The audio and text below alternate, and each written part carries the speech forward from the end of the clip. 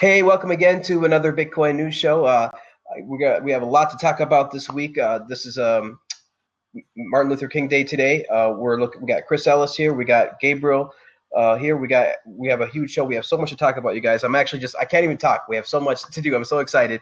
We have a lot of things to talk about today. We got a lot of links. It's been a busy week, as you guys have maybe been paying attention or maybe not, but we're going to talk about it here today on the show. So our first topic is probably going to be a little bit long because, this is really an important topic, and I specifically brought Chris and Gabriel on the show today to talk about it. And I'm really excited to hear what they got to say.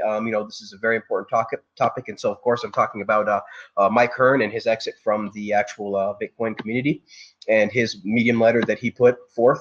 I got a lot to say myself, and I know you guys got a lot to say. So let me just go ahead and paste in a couple of links for the audience to follow along here.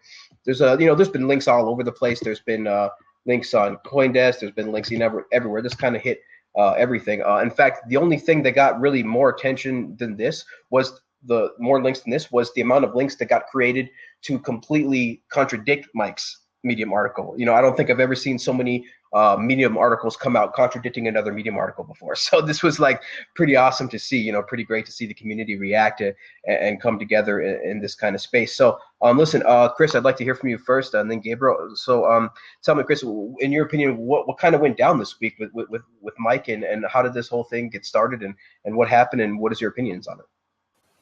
I think that Mike Hearn is all credits to the guy. He's very well media trained. He's a very good PR person.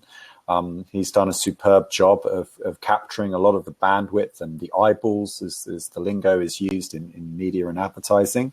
I'm not too impressed with his engineering efforts since Bitcoin XT, which was the implementation of BIP 101, the Bitcoin Improvement Proposal 101, was not the best. It had some technical problems, which meant that it had several vectors of attack, not least that any node could masquerade as an XT node, fooling other network individuals into believing that you were running XT when you weren't. And since that was one of the main ways that you were supposed to be having your claim that you were a supporter of XT on xtnodes.com or whatever the website was, that was obviously not a very good piece of engineering there. Also, XT nodes could be overwhelmed with data.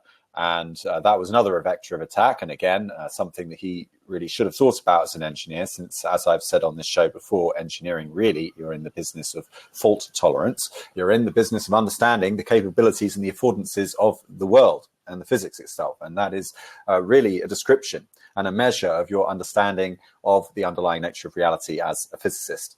And if you can't do that, there's no use you crying and playing the victim role and telling everybody how, we were the victims, we were censored, we were shut down, we were DDoSed. Well, your engineering should have been better. And it clearly was not a good idea to try and use the blockchain as a voting mechanism.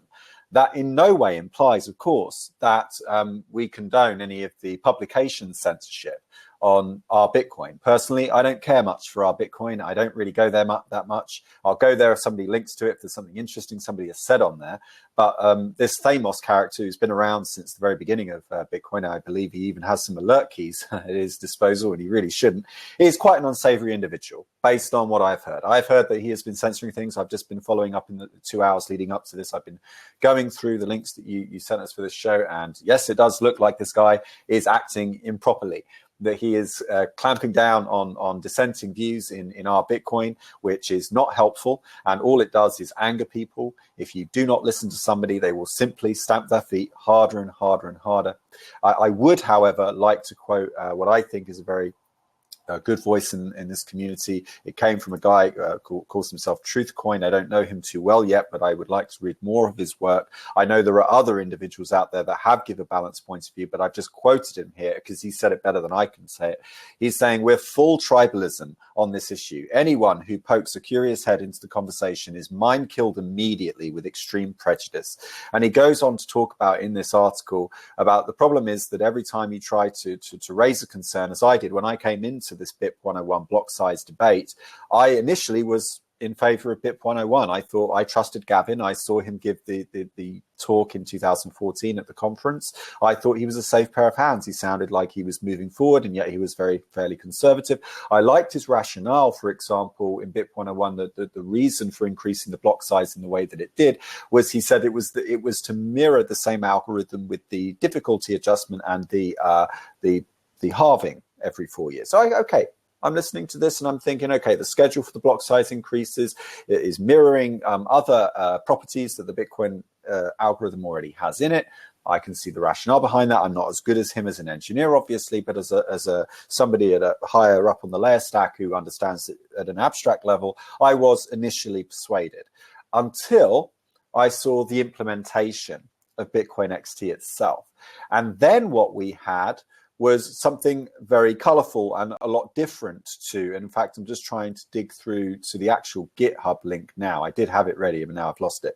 But it also had the downlisting of downgrading of Tor exit node IP addresses in XT's implementation, which was, Mike tried to put into Bitcoin Core. He put in a pull request, and which the lead developer Vladimir van der Laan responded with, look, you can put this into your code base if you want to, but we're not merging this because we think there are better ways of dealing with this vector of attack. Now, the vector of attack that Mike and Gavin claimed was true, and apparently, this happened, but we've only got their word for it. It's this hearsay. They haven't documented. I haven't seen any documentation for it. Was that when you are running a full node on the Bitcoin network, one vector of attack is that you can be have DDoSed from multiple Tor nodes, and that therefore any Tor node on the network, your node should be like downgrading them, and should be selectively clicking ClearNet IP addresses over these Tor exit nodes. And the dispute, to put it succinctly, if it's at all possible, is that actually this is not a very efficient way of launching such an attack. A VPS attack would be much better. Using a VPN would be more efficient. Not using Tor. And so, in fact, I didn't see any evidence. It might be that Gavin Andreessen really did have a node that got attacked by a bunch of Tor exit nodes that tried to overload it with data such that it couldn't function as a node anymore. But I haven't seen that be repeated, and I thought we were in the business of science. And science is really about forming a hypothesis, attempting to prove or disprove that hypothesis through a series of controlled and documented methods. You then reach a conclusion, you share it with someone else, and they try to repeat the experiment. They then come back to you with peer review. It's distributed storytelling. It's not like religion. Religion says, here's a book. Everything you need to know is in this book, okay? You come to some clever clergy and some priesthoods, and they might interpret some text for you, but it's all here. Science says, we never finish learning. There is a risk with learning in that you can't unlearn what you have learned, but we never stop learning. And the first rule of science is don't fool yourself. Do not be self-deceived. You must always be willing to put at risk what you think you know is true. So one of the games I thought we could play with Mike, who is very slick, and I give him credit for being a very efficacious communicator. I would rather he just spent his time doing engineering and do a better job of engineering than he did with XT and implementation, but hogging the bandwidth of this debate the way he has by getting articles in the Financial Times, in BBC, and now in the New York Times, right? This is basically a forking, a 51% attack by the mainstream media, who don't care about nuance. They don't care about complexity, and any layperson looking at this debate says, a plague on both your houses. I don't have time to process all this complicated information. Now, to his credit, in his most recent post where he sort of rage quit, I mean, the guy's very reasonable. You learn, one of the things you learn when you study PR or media, like I think it looks like he's been media trained. Isabella Kaminska at the Financial Times said to me when she met him at a meeting with some hedge funds back, I think in October now. It was a private meeting at a very expensive hotel called the Bulgari Hotel here in London. She told me that it looked as if he was media trained. The word, I took notes contemporaneously when we were speaking on the phone. Her word that she used to describe Mike was slick. slick. She was worried a little bit about, the hedge funds trying to control, this market, because Bitcoin is a very small market. It's very easily controlled. Some, large hedge fund could easily throw the price around. But apparently Mike was invited to give a talk by these hedge funds to talk candidly about the future of Bitcoin. And apparently he was very reasonable. And he did talk in a measured way, but he also brought up things like, he said, Bitcoin needs to move to proof of stake. It can't stay on proof of work. And the problem with that kind of politicking is that he's now out of his element as an engineer, and he's now entering the dark cave of politics, to draw the analogy from Plato. He's moved away from the sunlight of truth and science, and he's moving into the sphere of politics because he's in the business of perception management. Now, I don't know if you posted it yet, but have you posted the link to the YouTube from the Brooks Institute?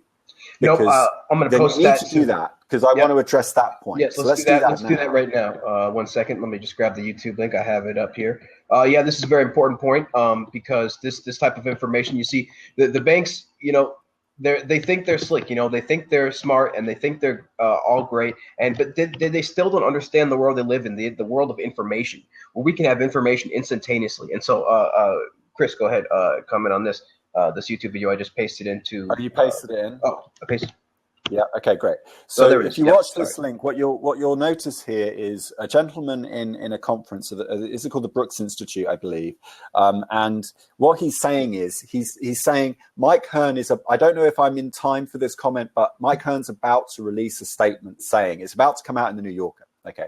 So if you're in media, you'll learn about something called perception management, which is what you do is in order to control people's beliefs and their actions in markets and all other spheres in the political sphere, you have to control the information. But the easiest way to control information is by framing the debate in a very narrow way. So what you do is, because everyone has discretionary attention, you can only think one thought at a time, you only look in one direction at a time.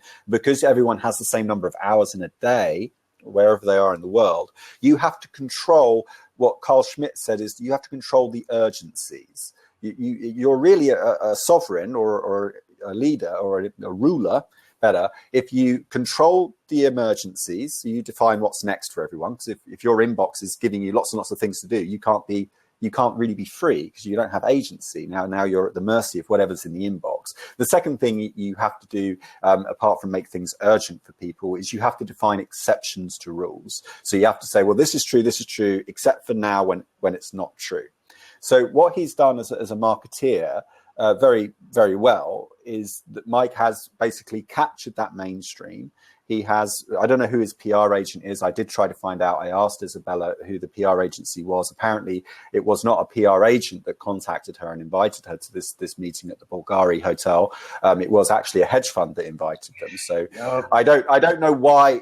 Obviously, Mike Hearn has since said that now he's working for this company called R3, which is a consortium of banks. He's got cryptographers like Ian Grigg, who is a friend of mine, and I respect him very much. And he's sort of got a job there.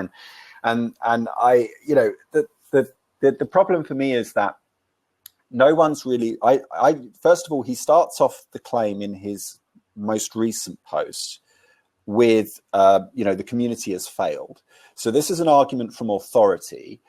He hasn't really backed it up with very much other than just sort of posting up stuff about publication censorship. He doesn't say that when the censoring was happening on Reddit, it was publication censorship. He just calls it censorship per se. And I did have to pull up a gentleman from Ethereum earlier this week when he said that we may as well call Bitcoin North Korea. And I did actually timestamp his comment in the Bitcoin blockchain using Eternity Wall just to prove the point that this isn't North Korea in any sense.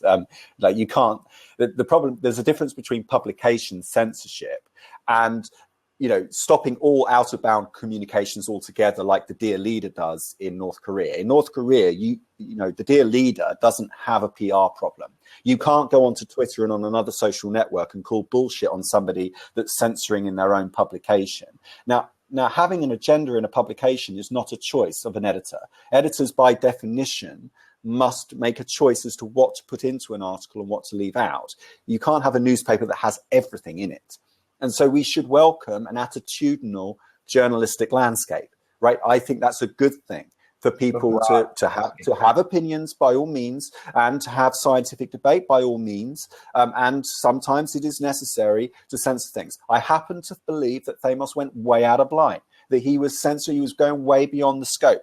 But to call it censorship per se is wrong. It's publication censorship. And all that will happen to people like Thamos is people will just leave our Bitcoin and they will go elsewhere for their information, and they will learn it by different means. The problem is that it wasn't really the issue that, he kept saying, like, this is urgent, we must upgrade the blockchain. And he keeps talking in the article as if the issue wasn't already being addressed by other Bitcoin developers. He's arguing as if there weren't other proposals for increasing the block limit. He acts as if, and he speaks as if, the Bitcoin core developers do not want to increase the block size. No, they just disagreed with your way of doing it, Mike. That was the issue that they had. And also, not to mention the fact that if the network had gone over to Bitcoin XT, you would have gone from a penumbra of contributors to a project down to just two, down to Mike and Gavin.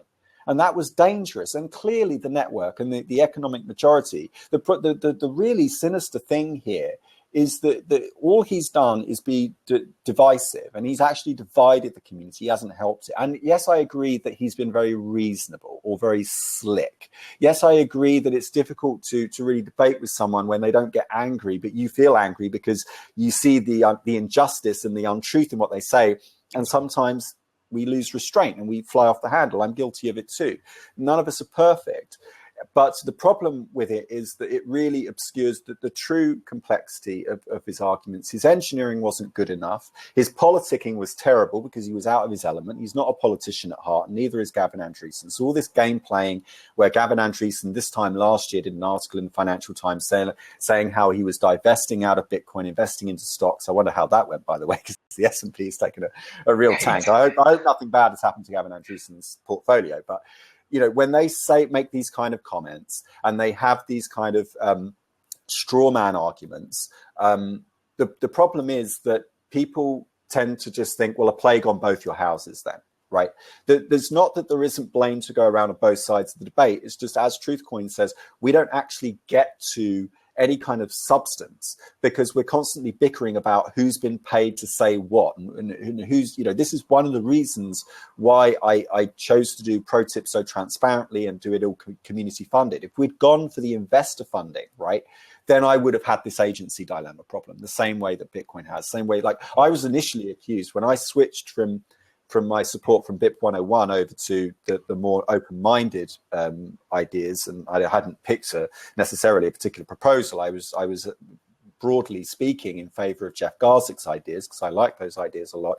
I was accused of working for a company called Blockstream. I didn't even know who Blockstream were. I hadn't heard of them before, but apparently I was a shill for Blockstream. And Adam Back put me up to. I never met Adam Back. I'd be privileged if Adam Back even fucking spoke to me. Like, the guy invented proof of work. Like, but the thing is, I've never met the guy. I wasn't paid by him. And as soon as I tried to have any kind of meaningful conversation in this area, I was immediately shut down. And I was told that I was a shill. And the problem is, I just decided, you know what, fuck it. I'm just going to put my head down. And as Andreas Antonopoulos has said, like, just put your head down and work. Like, let the trolls troll. I think I did actually have something that somebody said that your Hydra on Twitter said. Sorry, all my things have gone. Okay, so yeah, so let me pull this link up because I think that your Hydra, Brave the World, as Julia has said this perfectly. Bitcoin is not even close to dead. The reality: an angry dev that didn't get his way spitefully used the media to spread a lie.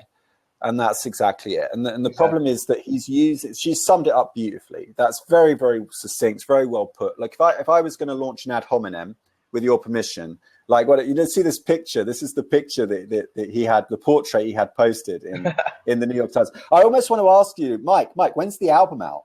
When's the album out, Mike? Like, it looks like you're posing for some kind of like. I mean, definitely, it looks like a movie poster. It looks like another Facebook movie poster.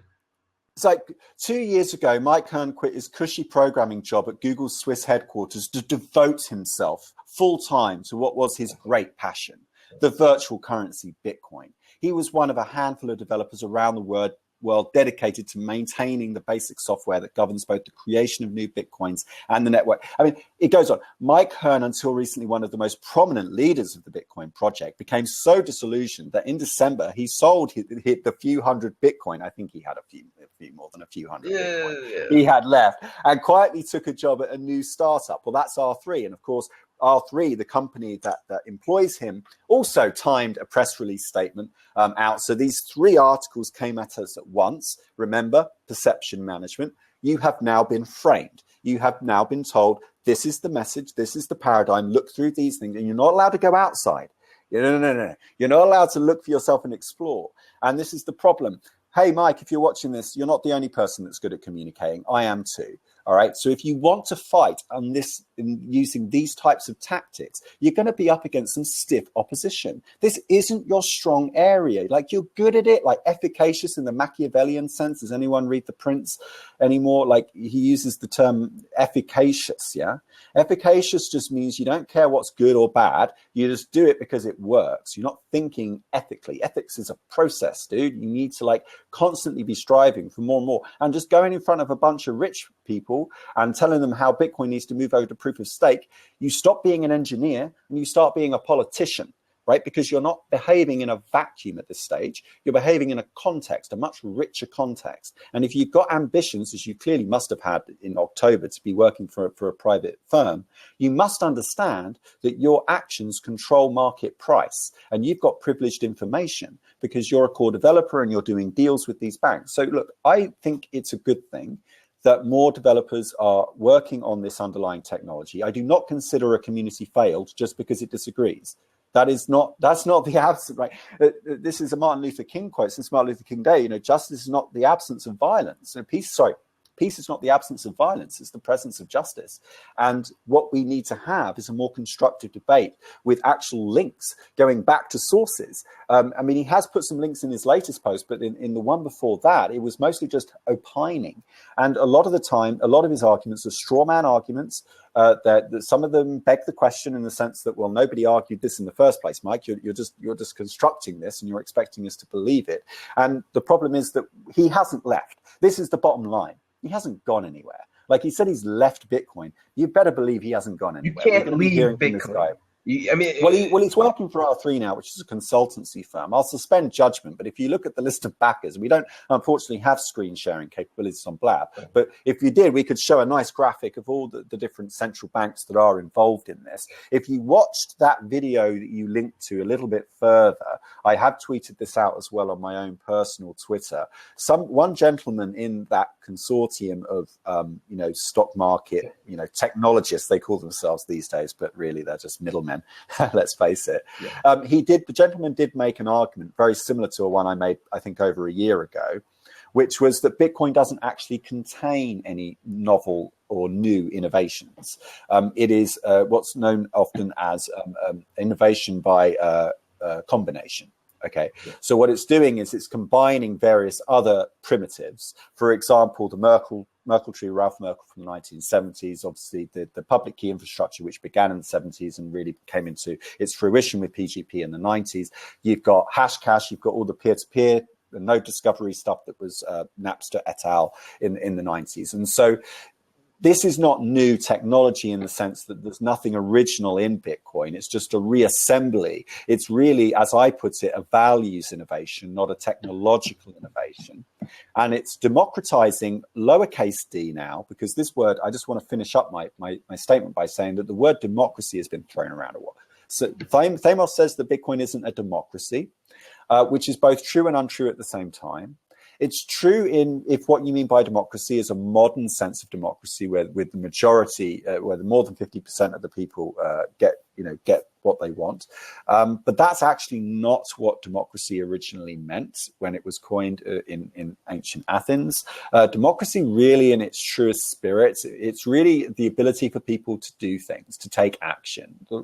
Not quite self-determination, although that's certainly a part of it, but demos, kratos, people power, doesn't mean the majority rule. That's not the same thing.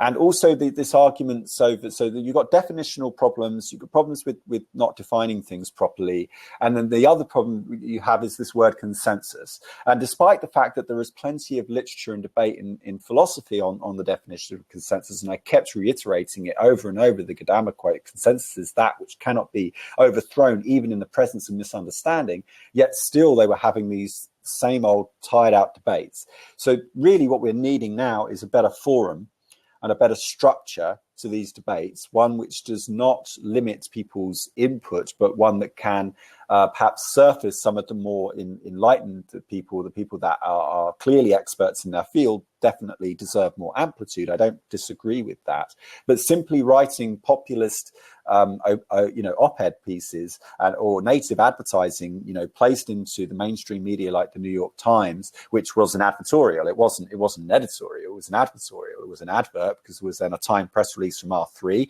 We know that's timed from the video that you kindly posted up from the Brooks Institute, which clearly shows a gentleman saying, I don't know if I'm allowed to say this, but there's about to be an article released by Mike Hearn where he says he's going to quit Bitcoin. I mean, what more evidence do you want?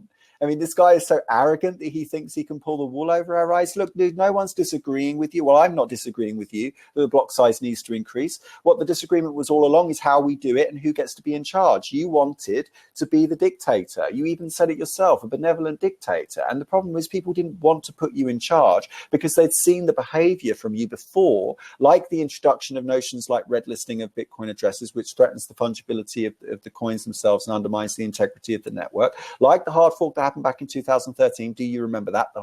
The accidental one. And people just didn't have trust in you as a leader. And so they didn't go with you. And you can write these very elegantly well-written pieces if you want, and you can come across as reasonable, even though I know inside you're hurting and you're angry. But the truth of the matter is that people didn't use your software because the engineering was not up to standard. Just take it on the chin and grow up and stop writing these whiny little rage-quitting things in the mainstream press.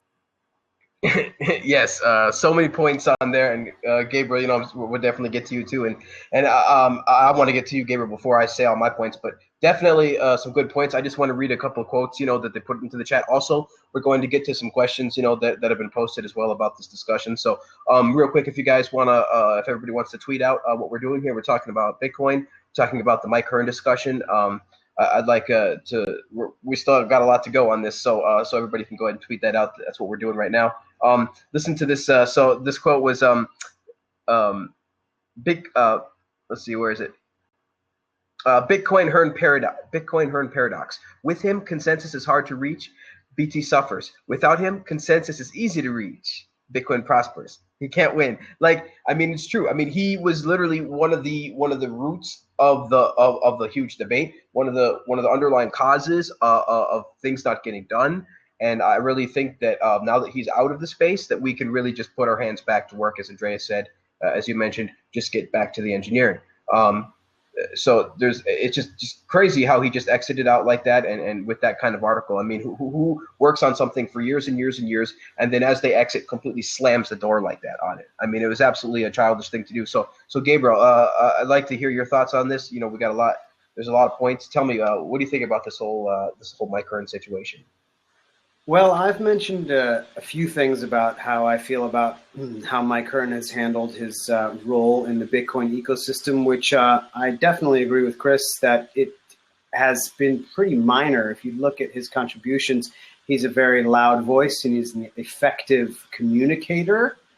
But as an engineer, from what I can tell, he hasn't contributed a whole lot. In fact, it seems that most of the things that he's contributed have been holding back Bitcoin rather than moving it forward, which is fine. Actually, I'm sure there's other engineers for whom that's true too, where they made a mistake and actually maybe say all their commits have been written over by bug fixes. That's fine. You make honest mistakes. I'm not really convinced that any of his mistakes have been honest, to be honest, from my behalf. Instead of going off on a tirade, which I think Chris covered great. I think his points are very, very valid. So valid, in fact, that I have posted a link, if you look up a little bit, to yourlogicalfallacyis.com. My favorite fallacy site when I read things that are full of shit. I often go to this site and figure out exactly which logical fallacy is currently being tendered. And Mike is, as a typical sort of media politician type of personality, these are his bread and butter. So they're nearly all 24 of them are in evidence in just his one Medium post. So I figure we just go through those and talk about them.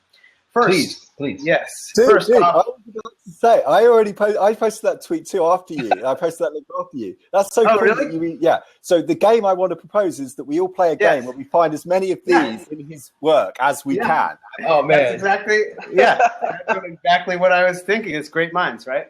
All right. So you guys are awesome. All right. So straw man argument is, of course, first misrepresenting someone's argument to make it easier to attack. Let me post Hearn's Medium post here. Got the link in there. So basically, he is describing, why Bitcoin is so terrible. And here are some bullet points. Can't move your existing money. What? Seems to be working fine to me. I haven't missed any blocks. Had wildly unpredictable fees that were high and rising fast. 5 cents? Okay, I mean, if you're thinking about micropayments, that is high. And rising fast, that does happen. It doubled from 2.5 to 5. That's 100%. Wait. That's only if you have multiple unspent outputs. That's only if you have multiple transactions. Right. So, but there are micropayment channels. There are ways around that. We have ways around that already. You could still spend Bitcoin you can still send for a tenth of a penny all day long. Right. Yeah. And during a spam attack, it's true that the fees raise for seveal hours. He doesn't mention how expensive the spam attack took. Yeah, exactly. Of course. Allowed buyers to take back payments they'd made after walking out of shops simply by pressing a button. Nobody ever promised that zero payments were working in Bitcoin. That's not the promise of the Bitcoin ecosystem. So this is not some broken promise here. Suffering large backlogs and flaky payments. What are flaky payments? It's literally the most secure payment network that's ever existed by a factor of thousands. Controlled by China. What? Well, these guys are. He does back that up later on, doesn't he? He sort of says that the mining pools are basically in control. He doesn't mention that basically those miners could be anywhere because a lot of them are paid per share, right? The QLNS or whatever it is. Yeah. So, but to say it's controlled by China, there are companies in China. That's glossing over a really big thing. Anyways, that's technically, I guess that is kind of a straw man because he's building up these things that don't exist to knock down. Right. He's building up an enemy, like in 1984 when, Orwell demonstrates so well. You have to build a threat, build an enemy. Some of you got to be fearful. Yeah.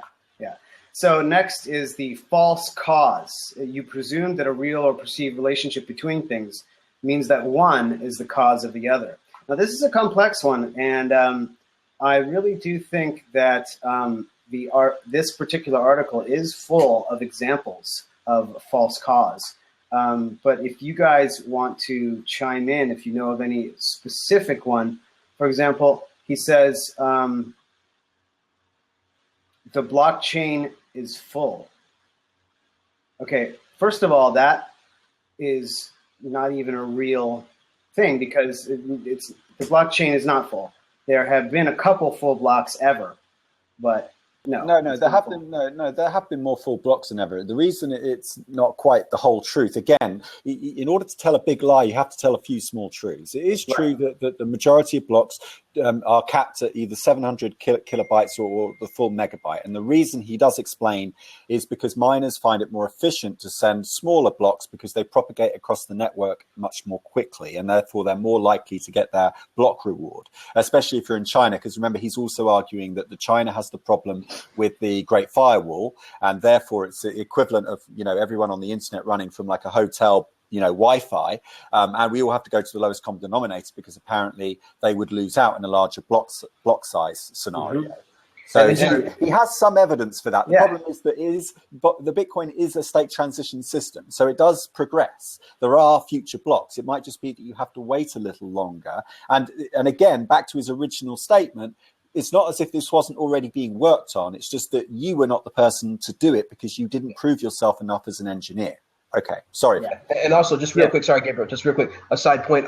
He says it's concentrated in China again with these partial truths. It's like, yes, right now there's a bunch of mining in China. Yes, because of the economic, benefits they have, the cheap electricity, that's fine. But Bitcoin by no means is concentrated in China or centralized in China. Like, there's anybody in the world can pick up mining, and as Bitcoin price rises and stuff like that, mining will eventually find its way in other parts of the world. Just that's how it is right now. As Chris says, stuff progresses. Bitcoin is never standing still. It is moving forward at light speed. Continue, Gabriel. This is a classic false cause. I mean, there's many examples of false cause in this post, but why has the capacity limit not been raised? Because the blockchain is controlled by Chinese miners, just 2 of whom control more than 50% of the hash power. Okay, so that's classic. I thought he was arguing that the reason it hadn't increased was because core dev just weren't innovating enough, and they were. Oh yeah, consistency is not necessary when your whole argument is based on internal consistency within his own argument. It's bad, yeah. So then the next fallacy is appeal to nature. You argued that because something is natural, it's therefore valid, justified, inevitable, good, or ideal. Well, there's too many transactions to fit in the block. Naturally, we have to raise it. The appeal to emotion. You attempt to manipulate an emotional response in place of a valid or compelling argument. That pretty much sums up the entire thrust of you're muted there, Chris. One of the things I noticed that he does, one of his strategies, is to start his arguments off in a very reasonable manner and then progressively raise the stakes. So he starts using rhetoric later on in the post, like civil war, and and he starts to carve out this narrative that Bitcoin is at war. He uses the term Bitcoiners, which is an old divide and rule strategy that a lot of dictators have used. I'm not suggesting that he is a dictator, although he did describe himself as one. He sort of called himself a benevolent dictator.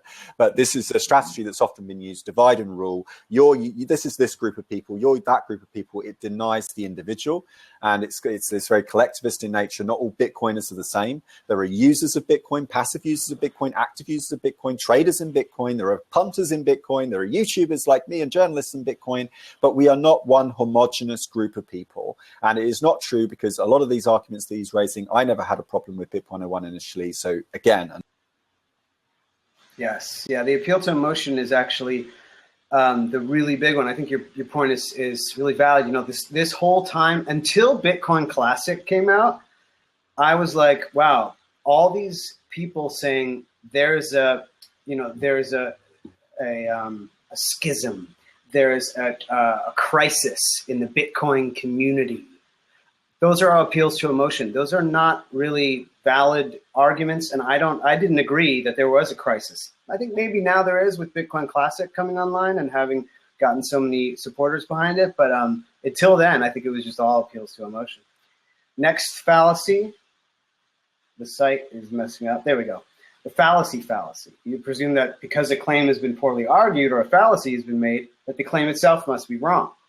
So, I think this is something that a lot of people do. Like right now, we are, saying, oh, well, his argument is full of fallacies, therefore it must be wrong. Well, that's not necessarily what we're saying. He's using a lot of fallacies. We're not saying he's wrong because of the fallacies. We're just saying that there isn't any evidence for his side because of it. That's not the same thing as saying it's wrong.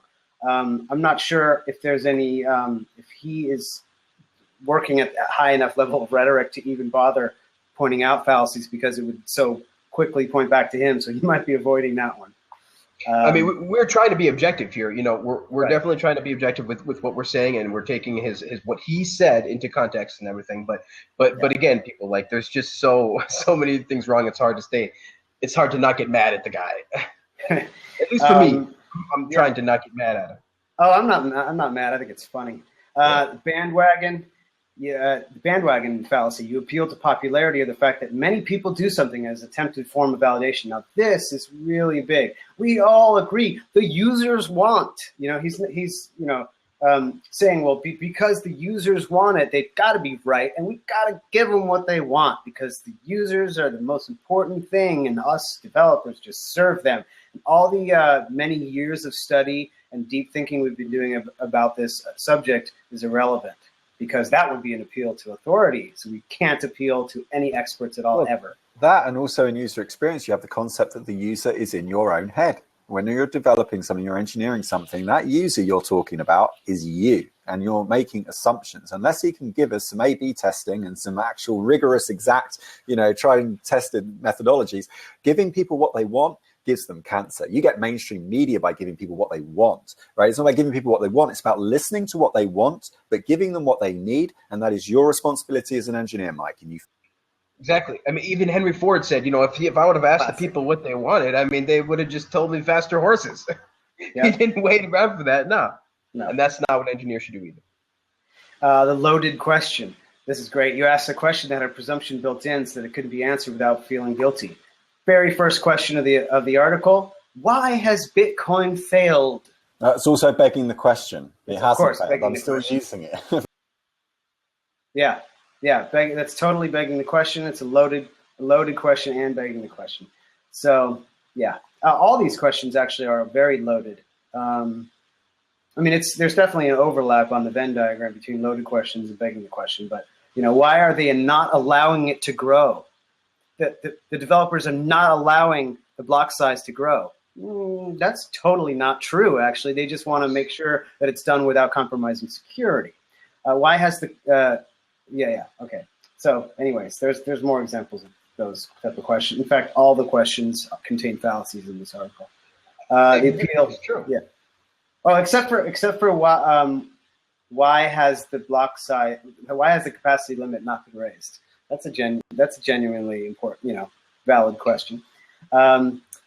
Appeal to nature. You argue that no, I already went to that.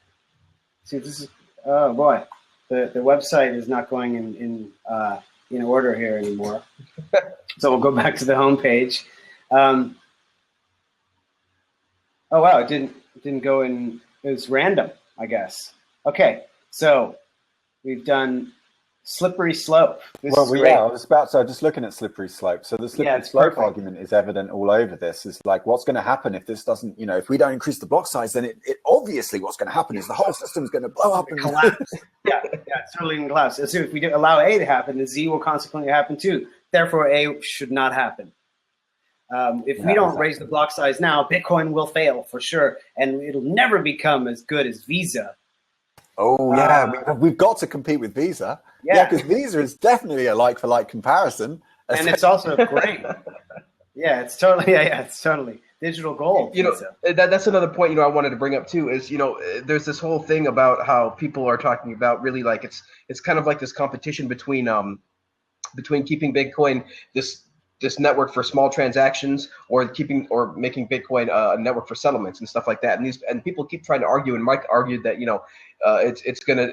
he wants it to become a Visa. He wants it to become all of these microtransactions. But really, I think that Bitcoin needs to be Bitcoin. Bitcoin is going to be all sorts of different things. It's going to literally create entire new systems. So there's going to be a ton of overlap. We're going to use it for microtransactions. We're going to also use it to settle multi-million-dollar huge deals as well. We can use it for all of these things and any type of inefficiencies that come along. For example, we need something like 5 minutes faster, 5 minutes instead of 10 minutes. There is engineering ways, around this that can obfuscate things, that can make things where we still are following Bitcoin's rules, but we're making the user interfaces in such a way that people don't have to wait around, or different things like that, different ways of making that less apparent and making it seem more smooth. And between Lightning networks and side chains and all of these layers that we can build on top of Bitcoin and all these things, and even maybe we can even just use Litecoin or something for something like if they want to have super fast transaction, we'll convert quick to Litecoin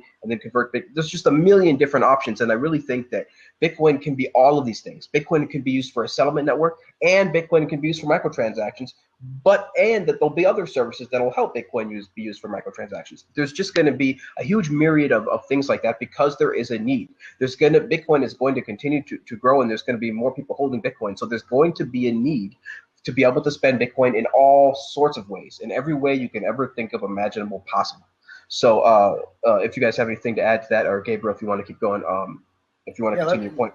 Let's continue with ad hominem. Now, this is one where Mike Hearn assiduously avoids the ad hominems because they're so easy to spot. Straw men are the next easiest, I would say, but those are much harder for average people, like, you know, your average Bitcoin trader or person who doesn't know anything about Bitcoin. They're not going to be able to catch that at all. Whereas an ad hominem is super easy to catch. So actually, ad hominems are more used on the other side for people saying, well, this Hearn guy, he's obviously a schmuck, and, you know, he's not going to do anything. But it's important to distinguish between ad hominem attacks and simple reputation, which is based on past actions. Right, so we're judging Mike Hearn for making a mistake in the Bitcoin core that nearly brought down the entire network. Now, I'm not necessarily saying he was trying to sabotage it, but the fact that he was behind that thrust of, you know, of whatever that database code was, using a different database paradigm back in early 2013, that caused an unintentional hard fork, and like you know, the network had to be stopped and rewound to an early point in the blockchain. That's a pretty big black mark on your engineering record. And then to see the trolling he's done in Bitcoin, you know, as far as poisoning the narrative by using black and white fallacies, for example, which we'll get to. That's a pretty big sign. So it's not that I'm making an ad hominem. It's just obviously that this guy's actions speak for themselves. I mean, he was trolling the Tor, you know, mailing list with ridiculous things 3, 4 years, 4 or 5 years ago, or whenever that was. Peter Todd was talking about it. It's just ridiculous stuff. So, but I will, you know, he definitely very much avoids them in his own writing, which is, you know, smart. As Chris pointed out, that's a media savvy point of view. You never want to do ad hominems, but fill your arguments with straw men, of course. The tu quoque, avoiding having to engage with criticism by turning it back on the accuser, answering criticism with criticism. I feel like the debate, he uses tu quoque a lot, but both sides kind of do. It's like, well, if you know, I can't prove this, well, why you can't prove that? You know, it's like, well, no, prove your own argument and just leave it at that and let people decide. So there's a lot of that going on both sides. Personal incredulity, saying that because one finds something difficult to understand that it's therefore not true. I feel like this is true for Hearn in a political sense, where he's like, why would you want, I mean, governments give us so many wonderful things. Why would you want a currency or a store of value that protects you from them? They're not after you. Come on. Criminals and bad guys are after you. People with thin mustaches are after you. Not governments and corporations and banks. They want. Don't strawman him now. Don't strawman him now. You're stretching it a bit too far. There's a logical fallacy. Thank you. There's a logical fallacy where is it the straw man or is it another one where you take the most extreme aspect of an opponent's argument and then you take it to its corollary and then argue from that. I don't know if that's straw man or another one. I forget now. Sorry, forgive me. My training is black and white fallacy. Maybe? Yeah, that's right. And I've noticed that happen a lot. Also, I've noticed this whole Bitcoiners grouping that I mentioned earlier. One of the things that journalists like Isabella love to do is lump us all in together, pick the most extreme arguments she can find from the Bitcoin community, and then label us all with that. Like she keeps telling me how, like, you know, Bitcoin is propped up by capital inflows and that therefore, you know, it can't work. And then she forgets the fact that I'm not motivated by speculation. Like I don't day trade. I mean, I recently had to start trading to like protect and hedge against the money coming in for a pro tip. But that's because we've had so much volatility at the time when I was crowdfunding. But I don't voluntarily start engaging in lots and lots of active speculation because I know that's a fool's errand, right? If I've made any money out of it, it's been accidental. And it really was just there to protect what I initially had. In the first place, I don't expect to keep on doing it and making money from it. So it's not true that this, you know, a lot of these arguments where we're all one cohesive group of people, pick the most extreme aspect and just attack. Yeah, there's not a lot of personal incredulity going around in this argument, actually, on the surface, because it's engineering. So everyone wants to appear super smart. Personal incredulity makes you look dumb. Special pleading, moving the goalposts or making up exceptions when the claim is shown to be false. That's a big one with Hearn. You know, first it was, we have to raise the block size to 20 megabytes with Gavin too, Gavin entries. And then it was, we can do 8. But now we can do 2. And then, we're just going to add in a few, you know, Tor red listings. It's not a big deal. You know, XT, it's only about the block size. So there's definitely some special pleading, I feel like, going on in these arguments. The loaded questions we already went over. Burden of proof, this kind of comes back to incredulity a little bit, saying that the burden of proof lies not with the person making the claim, but with someone else to disprove. So if you'll notice this Medium post, he's more talking about the failures of the small blockists to prove their point, but not really providing a whole lot of proof for his own viewpoint in that particular post, I think. But that's a little bit of a stretch too, possibly. It's easier to use straw men and false causes to bolster your claim than to try to just, you can't really get away with burden of proof fallacy in online discussions with engineers. Pretty tough. The ambiguity, using double meanings or ambiguities of language to mislead or misrepresent the truth. I feel like Kaminska is talented at the ambiguity fallacy. I've noticed that in her writing quite a bit. I'm not so sure. One of the biggest problems that I think Isabella, and I do consider her a friend, although she may not be after this video, is that she suffers from disconfirmation bias. So she's invested a lot of her career in bashing Bitcoin. She works for a publication that has a clear anti-Bitcoin agenda.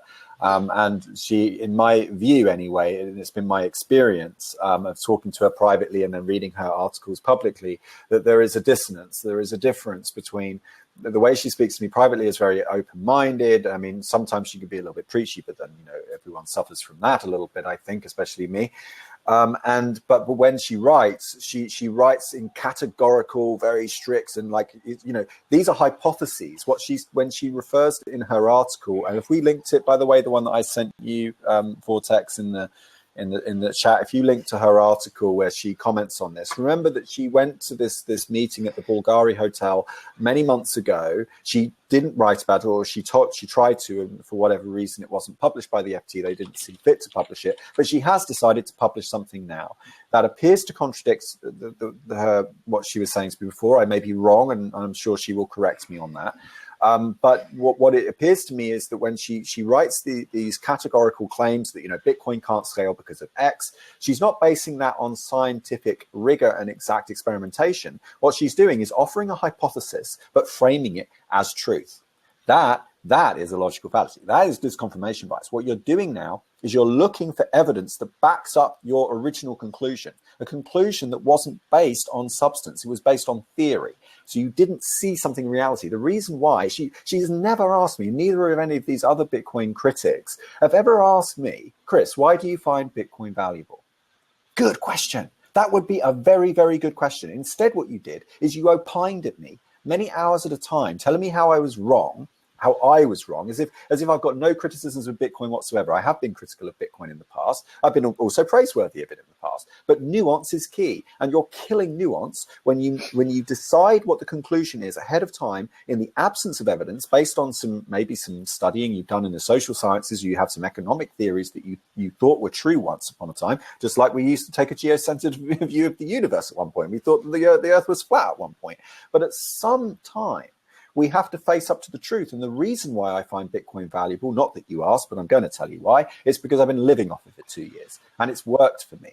And it's worked for me in a way that has been much better than getting a just above broke kind of job. I got to do what I really cared about. I got to help people around the world, which is what I really wanted to do with my life, rather than write code or do anything that actually brings people to harm, not by my agenda, but apparently because I can't pay for my rent unless I work for some other guy who's working for some other guy further up above him, who wants to harm people that I know nothing about in a different country to me. I didn't want that. I wanted to do a job that helped people be empowered at an individual level, and Bitcoin gave me the ability to do that. I'm sorry if that offends you, but please don't take away my ability to do that, and don't tell me that I'm wrong and because of all these, because Keynes said or because so-and-so said, because what I'm basing my opinion on is evidence and facts, and you're not.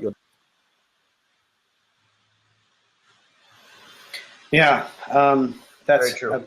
That's a major problem in all the media, and it's going to take a massive rise of awareness of these things. And I think that's going to happen over the decades as people become more savvy with argument and logic. Gambler's fallacy is not really in evidence here. The appeal to authority. Now, here's a big one.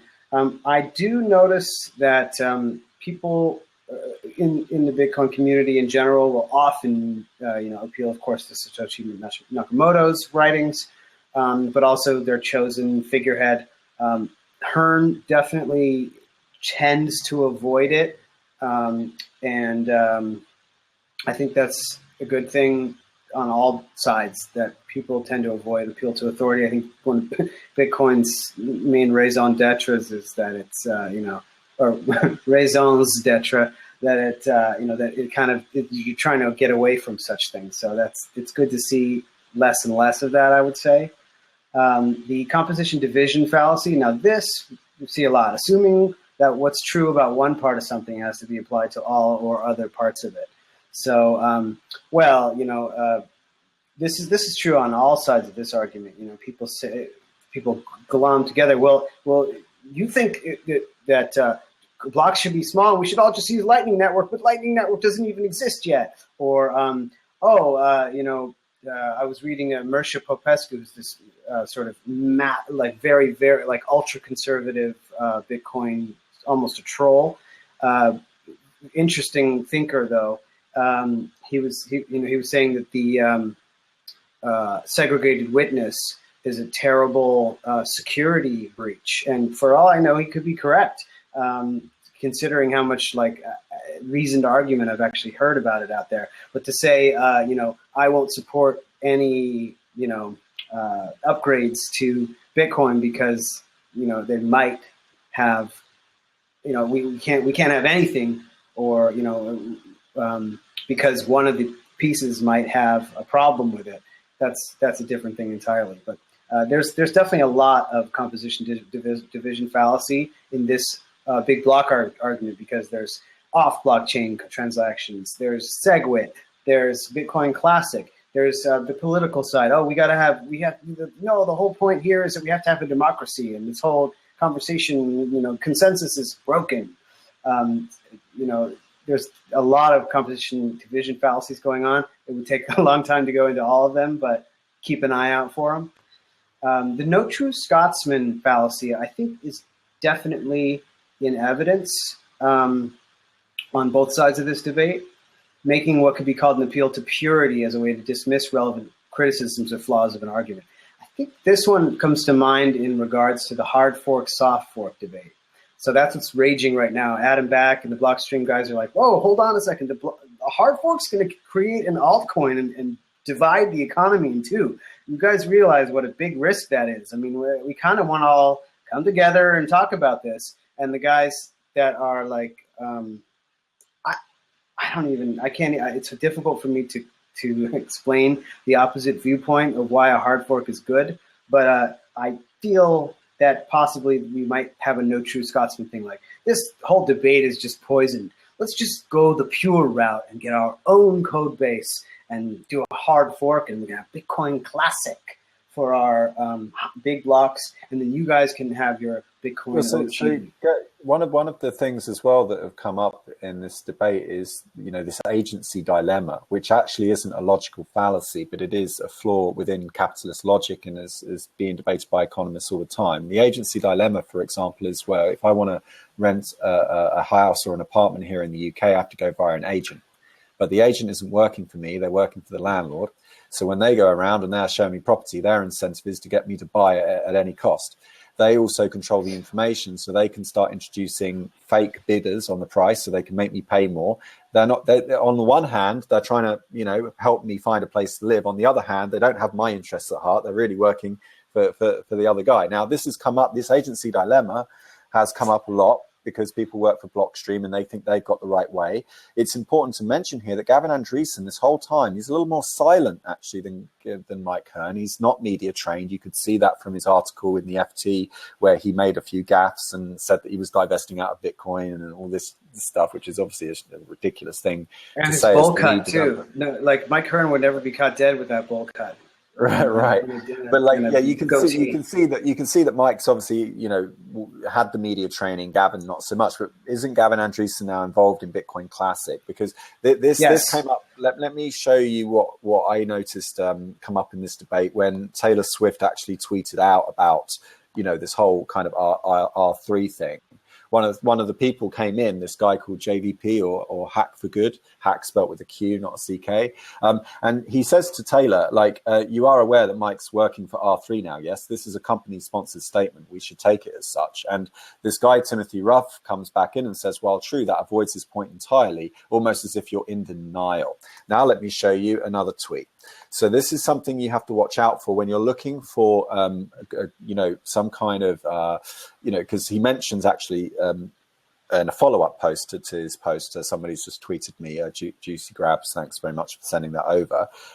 He said that a lot of people responded by saying that it's a conspiracy and that somehow I'm an adjunct provocateur and all this kind of thing. I'm aware that those conspiracy theories exist. However, I don't subscribe to them and I don't propagate them, mainly because I think they're mostly entertainment. The fact is that they're unfalsifiable, therefore we can't really deal with them. Like, we can talk about them and it's interesting and entertaining to what if Mike Hearn's working for the government and he's deliberately been planted to try and create division. It's entertaining, I agree with you. There's no real factual substance to it, other than some rumors and gossip about how it's written on a CV that he used to have a government contract. That's all circumstantial evidence. It's not, we can't really speak sensibly about this. So when you look at these two tweets that I've just posted in here, what you notice is the opponents seem to use the same language. And it may or may not be a coincidence that the word ostrich gets used a lot in argument against any critics against Mike. So we had one from Ian Grigg, who said that this was back in when? Let me just check the date of this tweet because timing is important. The 1st of October. So this is before Ian Grigg was announced as working with Mike at R3. But he comes to the defense of Mike when Mike is suffering from criticism from the community in this sort of mainstream Twitter-like environment.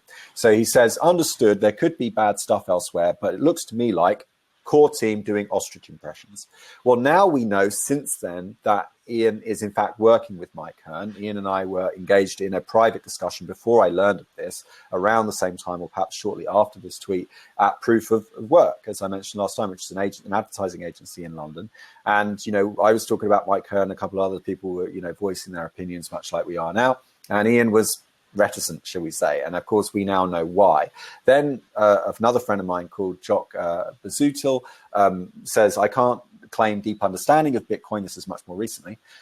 He says, I can't claim deep understanding of Bitcoin. I can't help but think this sounds like an ostrich response to Hearn. So I'm not trying to construct a conspiratorial angle on this, but then when you pair it with some of these other statements like this Timothy Ruff guy who's saying it's like you're in denial, like I cannot help but feel that these arguments and actually the gentleman that made the original point to Taylor does come back. Like he's very convivial. He's saying I do deny his points in case that was unclear. I wish him well, no attack. And then he goes on to say, the points are old and answered elsewhere. Swift on security, Taylor Swift wasn't aware of the R3 context, move on.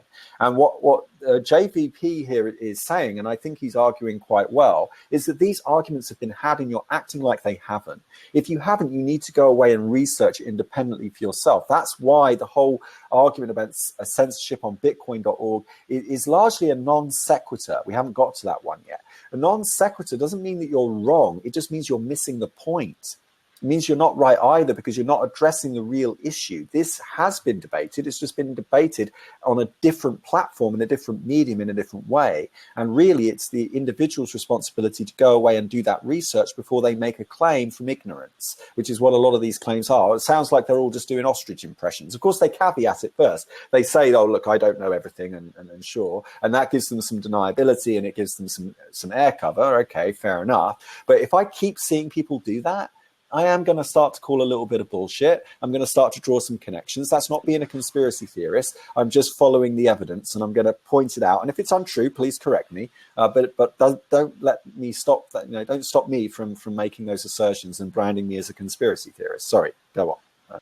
Well, let's make no mistake real quick, that Mike did go to work for R3. R3 is the startup that's trying to run the whole huge blockchain consortium. They have a presence at every major Bitcoin legislation and the meeting that you can think of. They were in the meeting the video that we posted, and they were the one who revealed that they were working with Mike early on. So before the New York Times article. So I just want people to know that we are seeing everything from an objective point of view, but you can draw the conclusions yourself, and we just present you with the facts, and we can have our own opinions as well. Of course, my opinion is that Mike is a complete freaking dick for doing this, and he freaking went to work for the banks. He took a cut. He got That's an ad hominem. Yes, it is. But he got his money. They offered his money, and he took the freaking money and he freaking ran, and he got paid probably extra to talk a little bit of smack about Bitcoin on the way out. But that's just mine. Vortex, who's paying you, buddy? Who's paying me? Who's paying Gabriel? That's the beautiful thing. Nobody's paying us. We are doing this on our own, and that's what differentiates us from these articles, like the Medium post that Hearn did. Clearly, we have to, as you said, take that as an article from a corporate response. We can't take that as too much of a personal opinion, because that what he was working for R3 at the time when he made that article. So it's like you guys are the smarter ones than me. I'm gonna let you guys continue, but I just wanted to say that that's what I think, and I think that's the impression he left in a lot of Bitcoiners' mouth.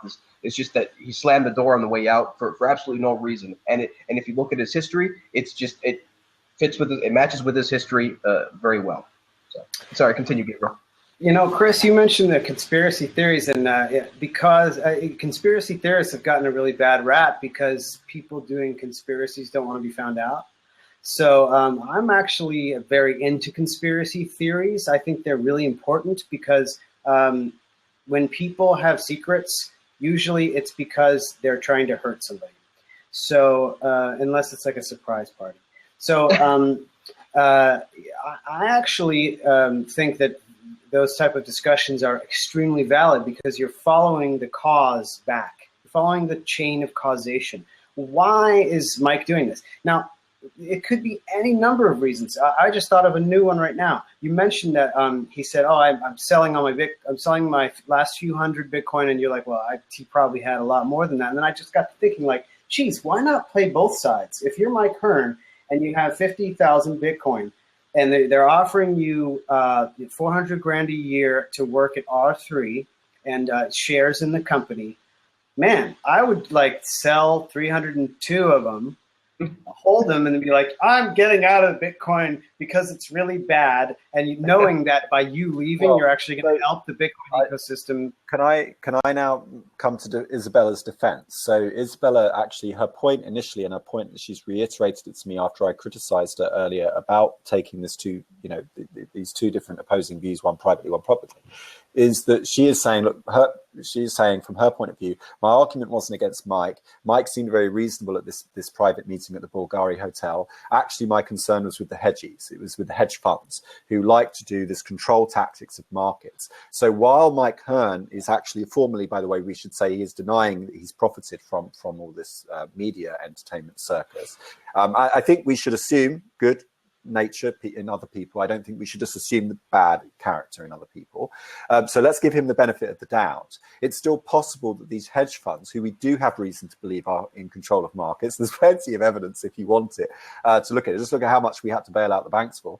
And it is plausible that Isabella's got a legitimate concern that it's actually the hedge funds here, the real enemy, who are using this kind of volatility in the market to control Bitcoin, because if they know that Mike Hearn is about to release an article like this, or if they're one of the consortium of R3, and if you read through the R3 consortium, it's quite an extensive list of banks, these people control most of the capital.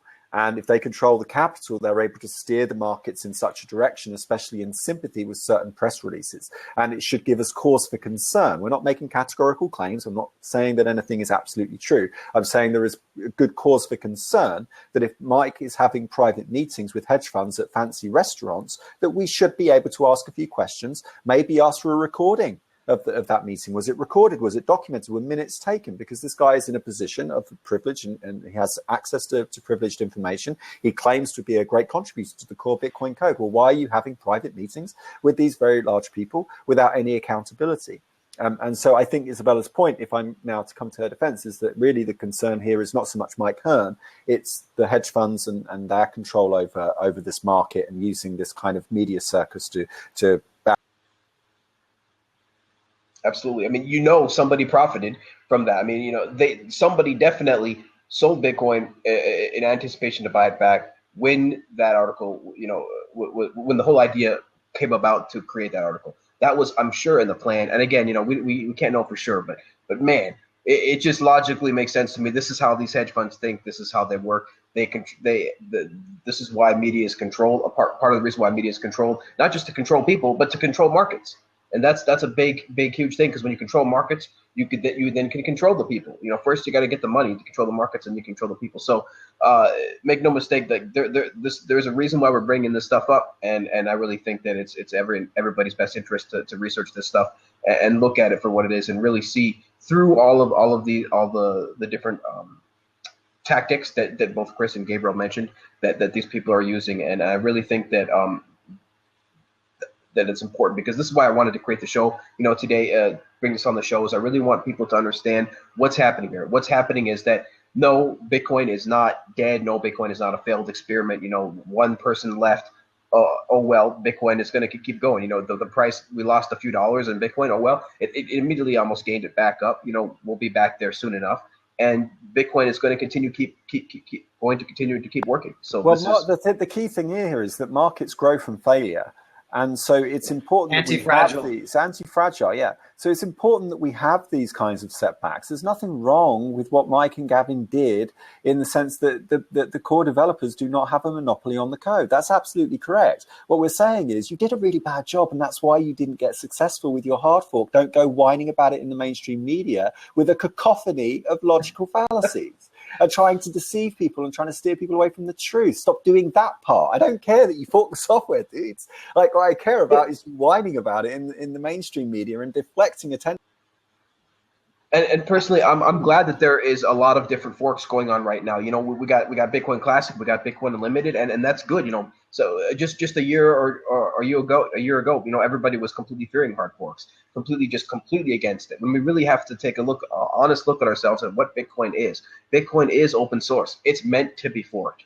You know, this is what Satoshi had in mind, some kind of a vision that eventually that it would be forked, because it is open source, and that it can turn into a bunch of different things. I mean, look at Linux. We have a million different distros of Linux, and that's an awesome thing. We have, sure, it had a bit of a benevolent dictator, you know, Linus, but at this and probably allowed them to grow much faster. But we're dealing with a worldwide decentralization process here, people. We are trying to get millions of people to, you know, just to be able to agree on certain things, and that's not going to happen overnight, and it's not going to happen in any easy way. And personally, I've absolutely enjoyed the debate. I've absolutely enjoyed, you know, both with the good and the bad that we've had. We can look back on this now and say, okay, how can we do this better next time? And it's been a wonderful debate to watch. And again, I'm super glad that we have all of these forks now: Bitcoin Classic, Bitcoin Limited, and there's going to be more, and that's great. And the community will be able to choose. The miners will be able to choose. And one final point is just a big, you know, thing that everybody's saying. Again, we kind of mentioned it a little bit, but, you know, miners do not control Bitcoin. Miners are not Bitcoin. And, you know, Mike Hearn tried to say that a little bit too in his article. But listen, there is all sorts of different consensus, and that's what's the beautiful thing about Bitcoin. We have miners, we have wallets, we have exchanges, we have users, we have developers, we have open source community, we have a bunch of different communities, and full this notes. is exactly full notes. And so this is good. This is what we need. And speaking of full nodes, real quick, everybody needs to buy a full node from Chris Salas pretty soon. Just real quick, not to drag it off too off topic, but how is that working? Did you get the website up for the full node, Chris? I did, but I've only sent it to people that asked to get in early. So okay. I'm just good because it's fairer that way. Like people have been asking for them, and we sold out very quickly. And so, yeah, I did set up a temporary shop on the ProTip website using HTTPS and using Mycelium's new great, you should check it out, Mycelium Gear. They've got a great decentralized shop model. I thought it was going to take me a long time. Like I was asking you guys to help me set it up because I was so like shipping t-shirts, shipping full nodes out last week. I didn't think I'd be able to do it. Well, over the weekend, I sat down with it. It literally took me like half an hour to set up an online shop with Bitcoin now, thanks to Mycelium Gear. I'm not being paid by Mycelium. I can't disprove that, obviously. I don't know the guys, but I thought it was going to take me a while to do it. It didn't. I sat down and did it straight away. So I have sent that link to anybody who expressed an interest in the full node project before we went live on StartJoin.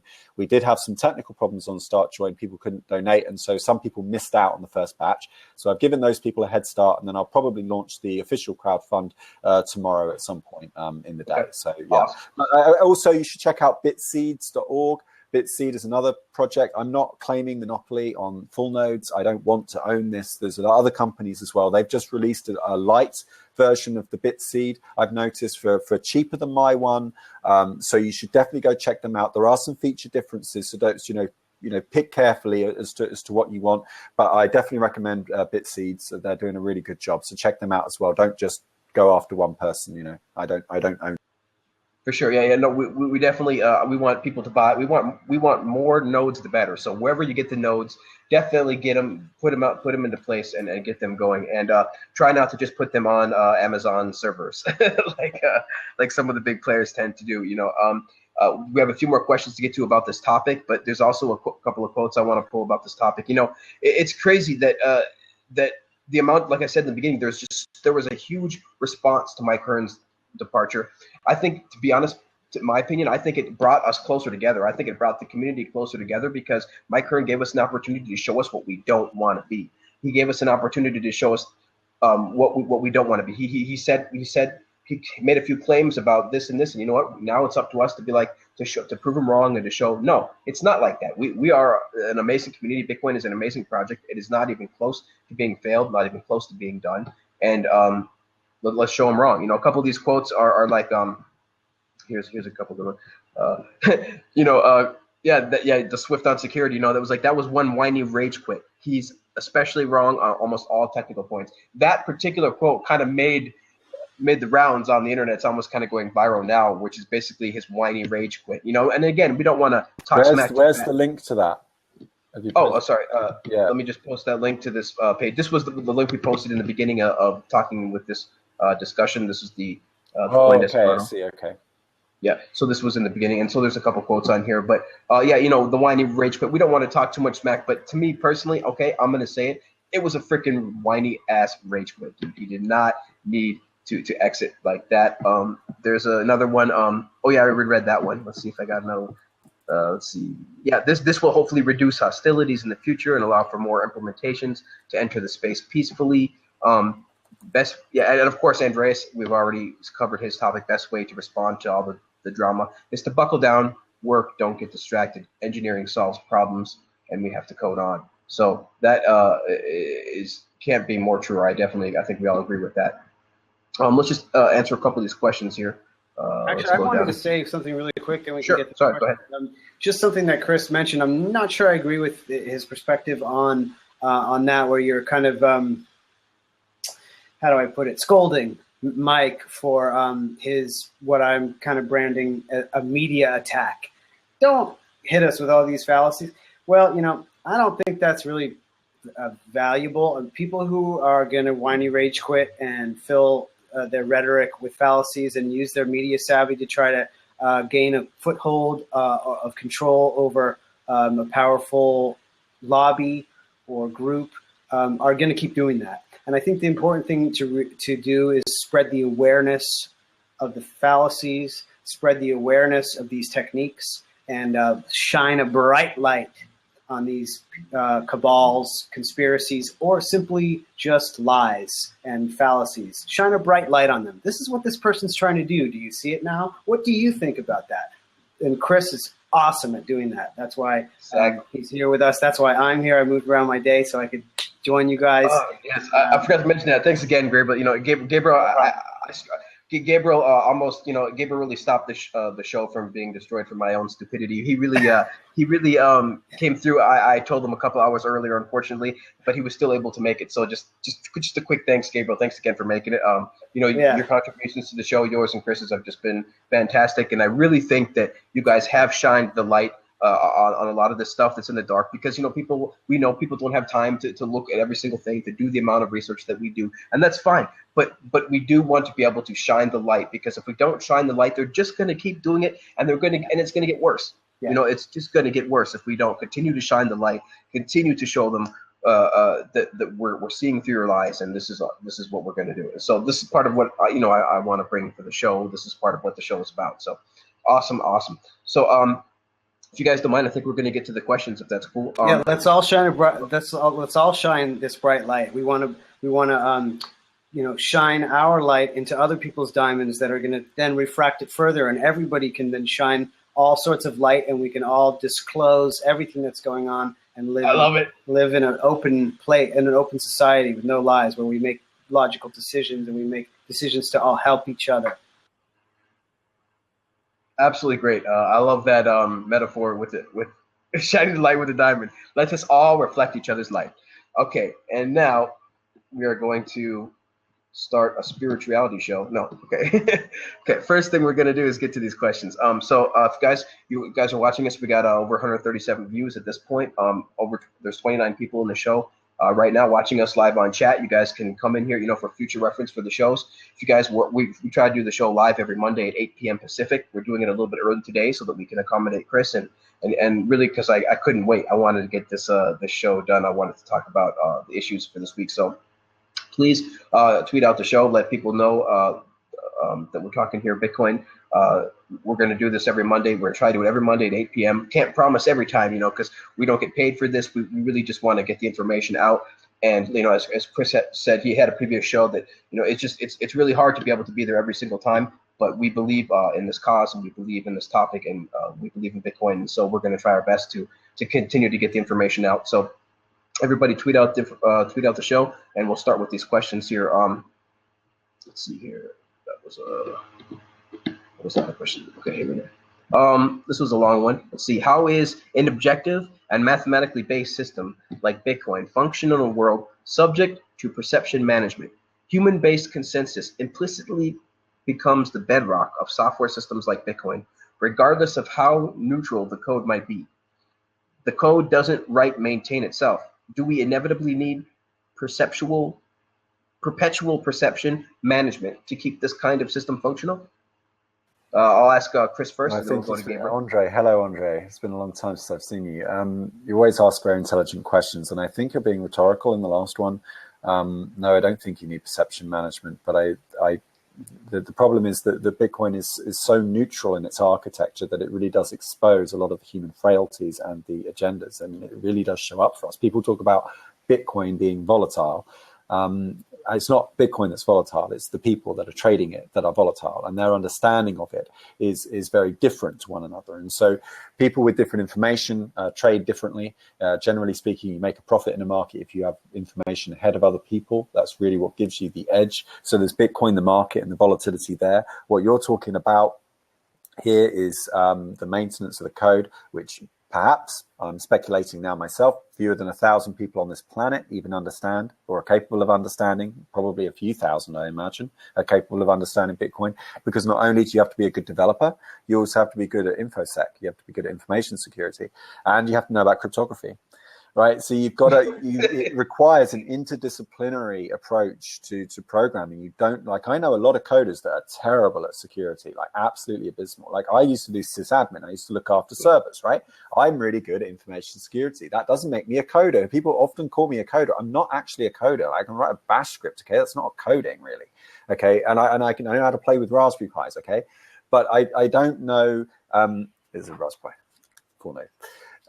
I know how to play with toys, and I know how to maintain servers and stuff like that, and I can install, and I know how to use apt-get, package manager and stuff, but I don't know how to write C++ code. That's a totally different discipline. Or we've got Ollie in here, who's a Python coder, and Ollie, we're going to do a video together. We're going to make that happen, but you're going to have to teach me, because my understanding of Python is really limited to what I've done on a Code Academy course, right? Nothing compared to perhaps what you're learning at the moment. And so when it comes to these things, what we need is a better way of structuring the decision making.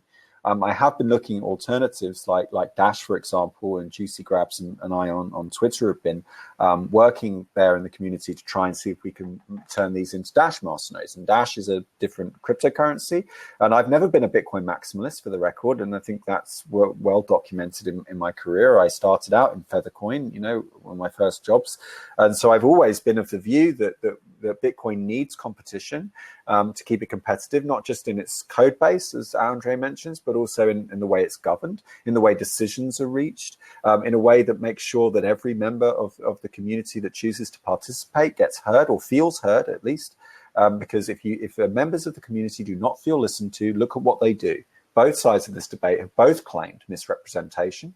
Both sides have claimed that they've been shut down or been ignored in some way. And so they raise their voices even louder. And then it puts people like Andreas Antonopoulos in a difficult position because he's very popular. A lot of people like him and everyone looks to him. I mean, the same with me, right? You know, as we've been on there, Christoph Atlas says to me, somehow it already feels like we're beating a dead horse. And I've had to respond, well, look, you know, I kind of like, you know, I was invited onto this show, but for the record, I sort of did say to Vortex, like, look, dude, I kind of want to kind of give this guy more attention. Like, this has already been done, Steph. But I came on the show because people wanted to listen to my views. And so I agreed. That's fine, you know. But I think that really what the, you know, Mike Hearn really needs is attention in order to get his agenda. He hasn't left. And these issues of governance definitely do need to be looked at, and the way decisions are made definitely need to be looked at. But this is newfound territory, and we should probably be very skeptical of anyone who claims they have the final answer on anything in this debate. We haven't. What we've done today is just carefully, methodically, or Gabriel's done most of the work, pick apart some of the logical fallacies in Mike's assertions to demonstrate to you in the same way that Persic does in Zen and the Art of Motorcycle Maintenance, right? We can't tell you how to be right. All we can do is demonstrate it or turn it into a production or a theater so that you can see what we're doing, so you can mimic the action for yourself. It's not something we could write down and codify. It's something that you just have to learn how to do. Get your information from different sources. Follow people that you disagree with deliberately so that your own views are challenged. And somehow, I don't know how we're going to do it yet, what medium. I think we need a richer environment in order to innovate within Bitcoin, because IRC is not working, mailing lists don't work because you have to work very, very hard over text to be able to communicate nuance. Perhaps Bitcoin needs to be managed much more over richer mediums like this kind of thing in Blab or something over video. That's going to need good community managers. Community managers are very good ones, at least, are very hard to come by. We've also obviously got, you know, Stakepool and other TeamSpeak, you know, channels. I'm, you know, with Stakepool, and there what you can do is you can text and talk verbally. So there you've got a little IRC style chat room, but you can also have mic, and then you've got moderators that can mute people that are clearly being, you know, trolls and whatnot. And so these types of richer mediums of communication mediums could be where, you know, Bitcoin goes. It's definitely good that we keep the experts, you know, accountable. Remember that in ancient Athens, just to quickly go over it again, you had the sophos and the demos, the experts and the people.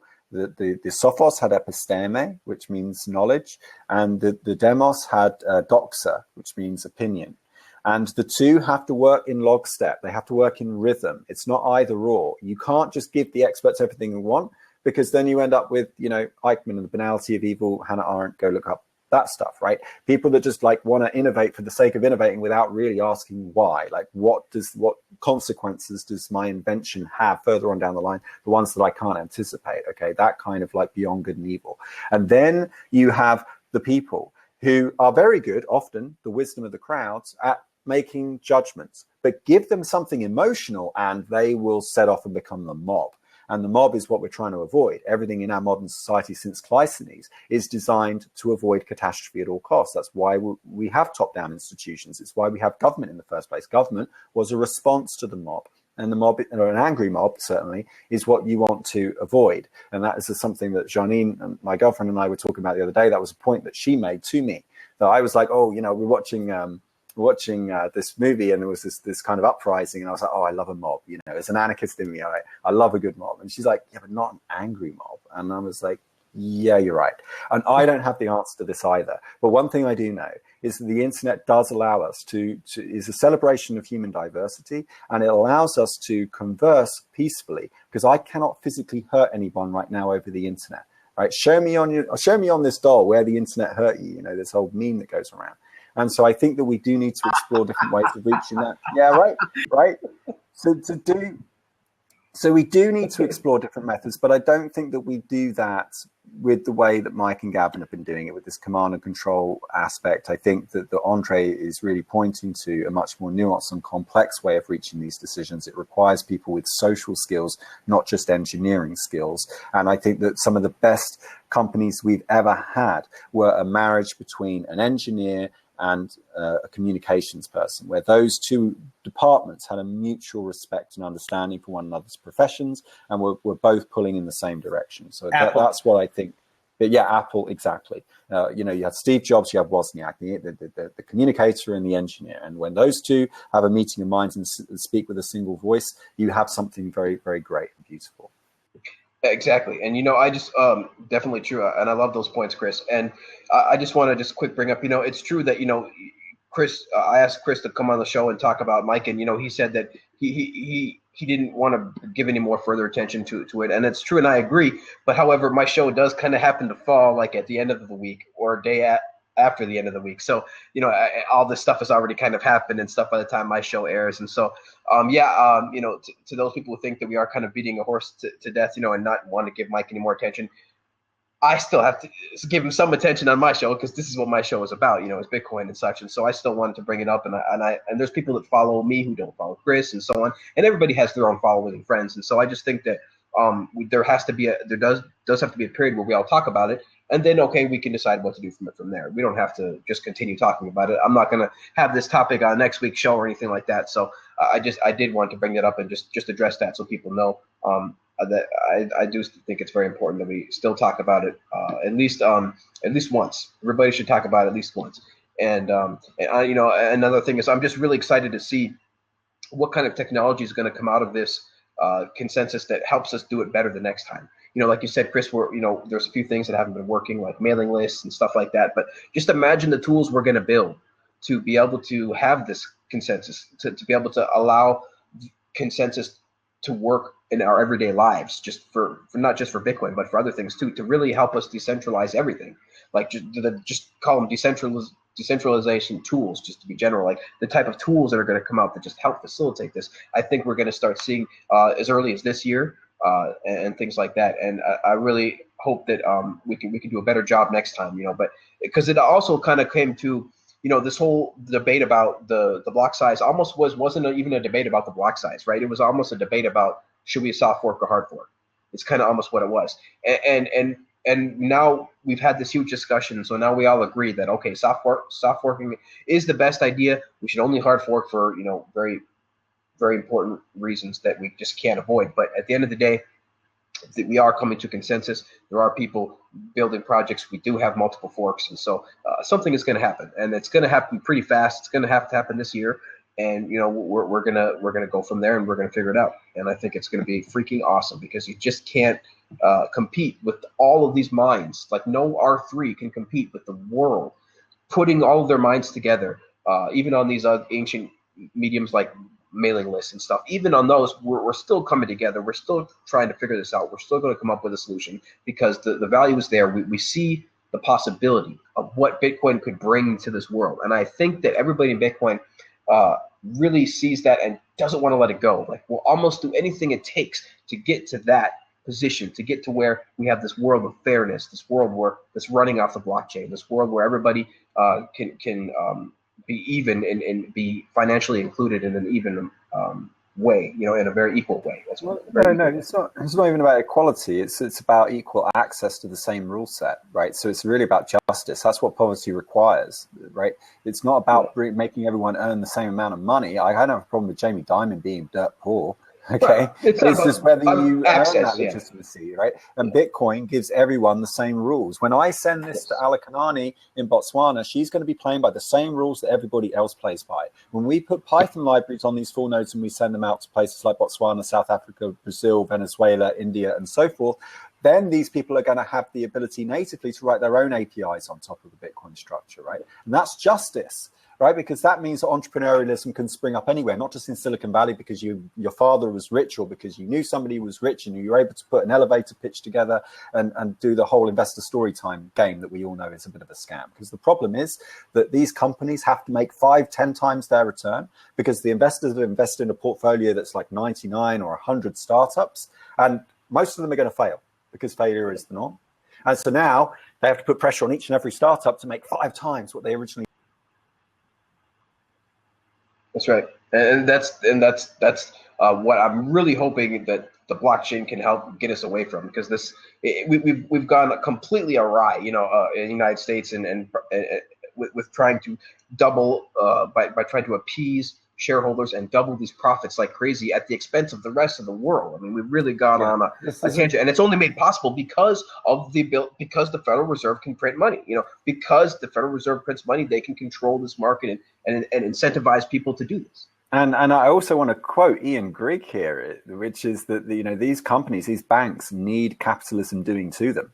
Right, and this is a quote by Ian Grigg of R3. He said that to me at a conference once, and I sat down. I remember I wrote that down, and I've often quoted him since then, although sometimes without attribution. Naughty. But I'd like to formally, for the record, if I have ever quoted you without attribution, Ian, I'm very sorry, but you did say that to me. Now it turns out that you've gone and worked for the banks, and I don't know what that means. Are you going to do capitalism to them now that you work for them? Are you going to steer them? Because when I looked on the careers page of R3, a lot of the careers, it said, you report to this guy, you report to this guy. You will be as a community manager and you will report to the head of strategy. And it's like, this looks like a pretty top-down agenda to me. I don't think there's going to be a whole lot of innovation going on at R3. I think it's really like innovation that we control. Like, we're not going to play this game unless we know we can cheat. So if you could just take like the underlying technology in Bitcoin and just make it so it favors us, maybe instead of this whole proof of work thing, maybe it could be like proof of stake. And then that way the people with the most coins can actually like control the blockchain, and maybe we can steer the fork in our direction because we'll have most of the coins, because we'll be the custodians, because we're the banks, all of this shit. It's crazy. It's crazy that R3, they were in that video that we posted, where the guy kind of let the cat out the bag early. And in that video, the guy just states that, we believe, and Mike believes, that the technology behind Bitcoin can be divorced from Bitcoin and all this kind of stuff. And it was just speaking that video. What was really great to see is that just everybody disagreed with R3. Like, I don't know if you saw the whole thing, Chris or Gabriel, but I watched all 4 hours of that shit.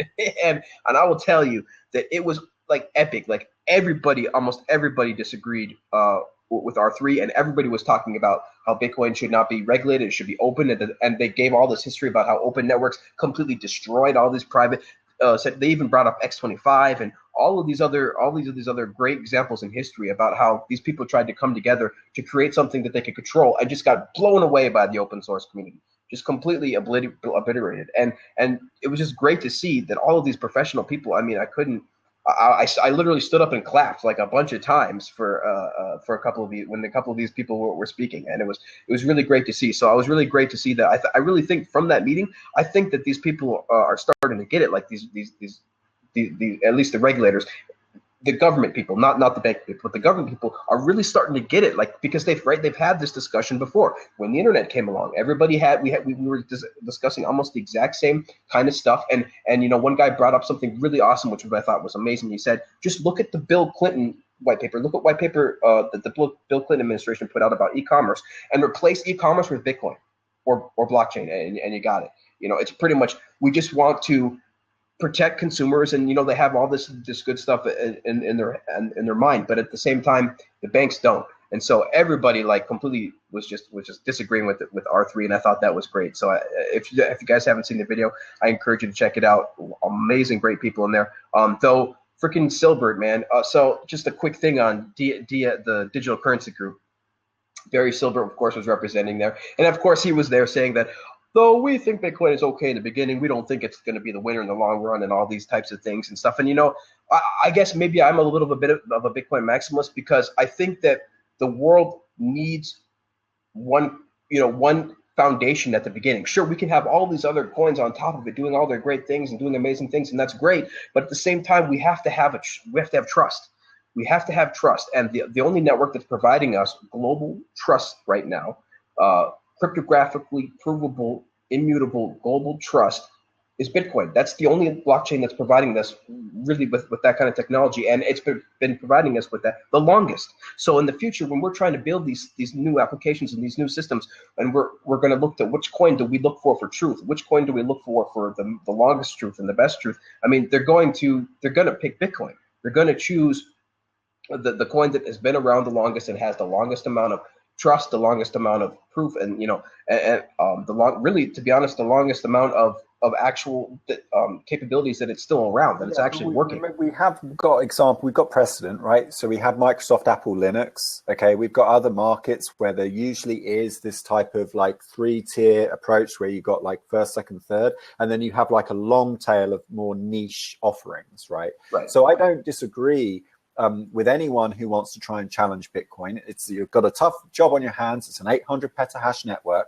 What we're claiming, and I think what Vortex is saying here too, is that it's the one that's got the network effect. Don't waste your time with redundant effort going off and trying to reinvent the wheel when you could build on something that already exists. Now, that's fine. Like Dash are doing some innovative things, and I think there's definitely a case why you wouldn't want a separate cryptocurrency that has mixing built in by default, that has, this reward of the master nodes, although I think the initial stake is a little bit high. But, I'm looking at it. I'm interested in it. Ethereum's okay. The problem with Ethereum, I think, just to quickly dissect through, this will be the last one that I talk about. Ethereum, to me, is an academic project masquerading as like a finished product, or masquerading as like this is a commercially viable, complete thing that will work, No, not necessarily. It's basically a university research project. It's raised a lot of money for a university research project, but it's not really what it's claiming it can do. And, of course, all the Ethereum people have now been bashing Bitcoin because Bitcoin is apparently suffering a bit of a crisis. And so they've, capitalized on that. I think that's a very weak thing to do. It's not as if Ethereum hasn't had their own internal political struggles. I mean, Vitalik at one point was rumored to be leaving. Everyone was supposed to be lawyering up. Gab, the lead developer who wrote the C++ implementation, has just left. So don't throw stones. If you run an alt currency, or you run something that you feel is threatened by Bitcoin, don't just take it as an opportunity to promote your own products, because that will make you look weak. People are not stupid, and they can detect inauthenticity very, very quickly on social media. Absolutely. Gabriel, anything to add on any of that? Wow. Yeah, we just covered a lot of stuff. Yeah, sorry. We did. Many subjects there. I actually did have two things to bring up. Coming back to Andre's question, I'm not sure I agree with Chris that the code is neutral. I don't believe there is such a thing. And, you look at where Bitcoin, you look at Bitcoin's roots in the cypherpunk movement. It was a very anarchist. I mean, straight up, on the surface, anarchist movement. A lot of these, the reason why these cryptographers were interested in the technology was specifically to undermine the power of violent systems. And Bitcoin grew out of that tradition. And to claim that just because it's code on a page or code on the computer doesn't mean that it's neutral. And Andre brings up really, really good points there. I mean, I'm not. Maybe we do need perpetual perception management in the sense that I brought up before, where it's not necessarily management, but perception training. Perception maturation and support and information education dissemination. Yeah. What'd you say? Education. Yes. Education, edification. Yeah. That's right. So I think that, yes, it is a constant struggle. Freedom comes at the cost of constant vigilance, and Bitcoin represents freedom. I think when I just want to nuance what I meant by neutrality, I mean it more the way Tim Berners-Lee talks about it. So you are right, it's not neutral, but there was a quote that we used the other day that technology is not good nor evil, nor is it neutral. That's the name of the original quote. It was it's escaped me temporarily in the moment of haste, but the point I'm making is more like what Tim Berners-Lee is saying, where when you had these top-down models where the assumption was only one person could speak at a time, the broadcasting model, one to many, it was very easy to censor. Right, because you had somebody there with an opportunity and ability to cut something out that was said. Now we have a technology where that's much more difficult to do, because the technology is relatively more neutral in the sense that Bitcoin itself as a protocol and as a network applied cannot censor somebody. We were making this point on stake pool earlier, that there are two layers to the censorship on the network. You have one layer where the vendor holds your private key and then you lose all your money like MTGOX or Cryptsy. Then you have APIs like blockchain.info and BlockCypher, which will relay signed messages. So you can have a wallet like ProTip installed that doesn't have the whole blockchain, but because you've got the private key, you can sign any message you like and they will broadcast it for you. That's different, because in that scenario, they can't take your money away because you've got custody of the key. You control and own your private key, but they can't change anything in what you've said. They can either broadcast it or not. So they can either lock you out and say, I'm not broadcasting this transaction for you, and completely silence you from their in their band, in their channel of communication. But they can't take something you've said and rub out half of it and leave the rest of it in the blockchain. The blockchain doesn't have that affordance. And it doesn't have that affordance because it's relatively more neutral than the technologies that came before that did have that affordance. And so that's what I meant by neutrality, just to make it clear. And it's not to undermine what you were saying either. I mean, you're right. This is not neutral. And there was a paper that we did talk about, I talked about extensively on Twitter earlier this week, that claimed that Bitcoin was far-right extremism. It's written by some troll. He clearly wrote the headline first and then wrote the paper to back it up, because it was, very headline grabbing. But if you search through my Twitter at Mr. Chris Ellis, look for Bitcoin right-wing extremism. It's a real hoot of a paper. I highly recommend you read it. Awesome. So Chris, so do you got to get going right now, or you said you got to get going? Yeah, I will need to get going in the next 5 minutes. Okay, no problem. Well, I can exit out now. Gabriel, do you have time to stick around for a little bit longer, or? Okay, yeah. Cool. Because I just wanted to finish the questions and stuff like that, and maybe go on to one or some small topics. But okay, Chris. Well, you know what? I really, again, really appreciate you joining on the show. We've had some awesome discussion. I really wanted to get this information out about Mike Hearn and stuff, because, again, he has this huge, powerful New York Times and all of this money behind the R3 promoting him and stuff like that. And all we have is, our followings. And so I think that it's important for us, everybody, to get out to our followings. And if we have to go on about it for a couple of weeks to get it all out to the masses, well, we got to do that. But I hope that that people can come away with a lot more information than they came away with before. I would like to quote something I heard in the Harry Potter film recently, thanks to Janine. Okay. It said, it's not the size of your following, it's the quality of the conviction of your followers that really determines the outcome, okay? And so that was from like the final Harry Potter film, and I remember, I don't know which character it was, maybe Janine can enlighten us in the chat, but I was like, oh, that's a really good point, right? You don't need amplitude anymore. What you need is clarity to get your message across. That's what the internet allows for, and clarity is key. And people do not underestimate the ability of the reader and the audience to detect inauthenticity when they see it. They don't always mention it, they don't always say it, but when they're going through things on the internet, you may want to try and steer them like Google does, try and use DuckDuckGo and Startpage and alternative search engines if you can, because what you will find is the internet is much more diverse than you first thought. And I think that the same goes with this whole thing with Mike Hearn. The bottom line here is that he hasn't gone anywhere. We're going to be hearing more from R3 as time goes on. But it's up to us to make sure that the truth gets out. These people do not have a monopoly on the media anymore. And they do not have the right to get angry when we call them on their bullshit. And I don't care about journalistic ethics of off the record, on the record. I want no more controlling behavior from any of you people that have given me off the record fucking information in the past. If you come to me with a claim, I will timestamp that shit in the blockchain. I don't fucking care. You don't get to censor me or control me by saying stuff's off the record. Don't say that in public. If you tell me something, assume that it's on the record, okay? History will remember, because I had way too many allegations of wrongdoing that I couldn't really feel like I could report on because I only had hearsay evidence. It's like I had a suspicion. I heard that somebody imported lots of like debts into this company, but then like it's okay, but how? Where's the substance? Where's the evidence? Oh, I don't know. I heard it from somebody. Like, give me citations, send it to me. I will set up when we eventually get the full nodes and full active participation. Remember, they have IPFS installed. We showed live on air in Hamburg, the CCC conference, we showed a journalist, Sal Mitra, in India, leaking a document over IPFS, peer-to-peer encrypted. No government could intervene or censor or stop that from happening. And we want to do more of that. So when you see wrongdoing, be vigilant. Don't wait for somebody else to clamp down it, because evil will prevail provided that good people do nothing, right? So don't wait for somebody else. Take action first. It starts with you. Thanks very much. Thanks, Chris. Encrypt. So definitely.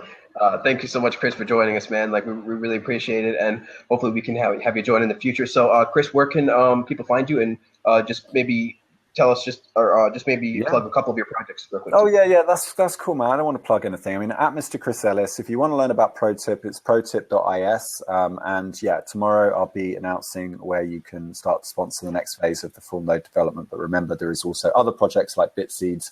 You can go to them as well. And yeah, just thank you everyone for your time tonight. That's been really great. Well, thanks for joining us, Chris, and we will see you again at another time, man. Have a great day. Cheers. All right, Gabriel. So we'll just finish these questions up real quick. Let's see. So the question is, another question is, the response to Hearn was very strong both ways.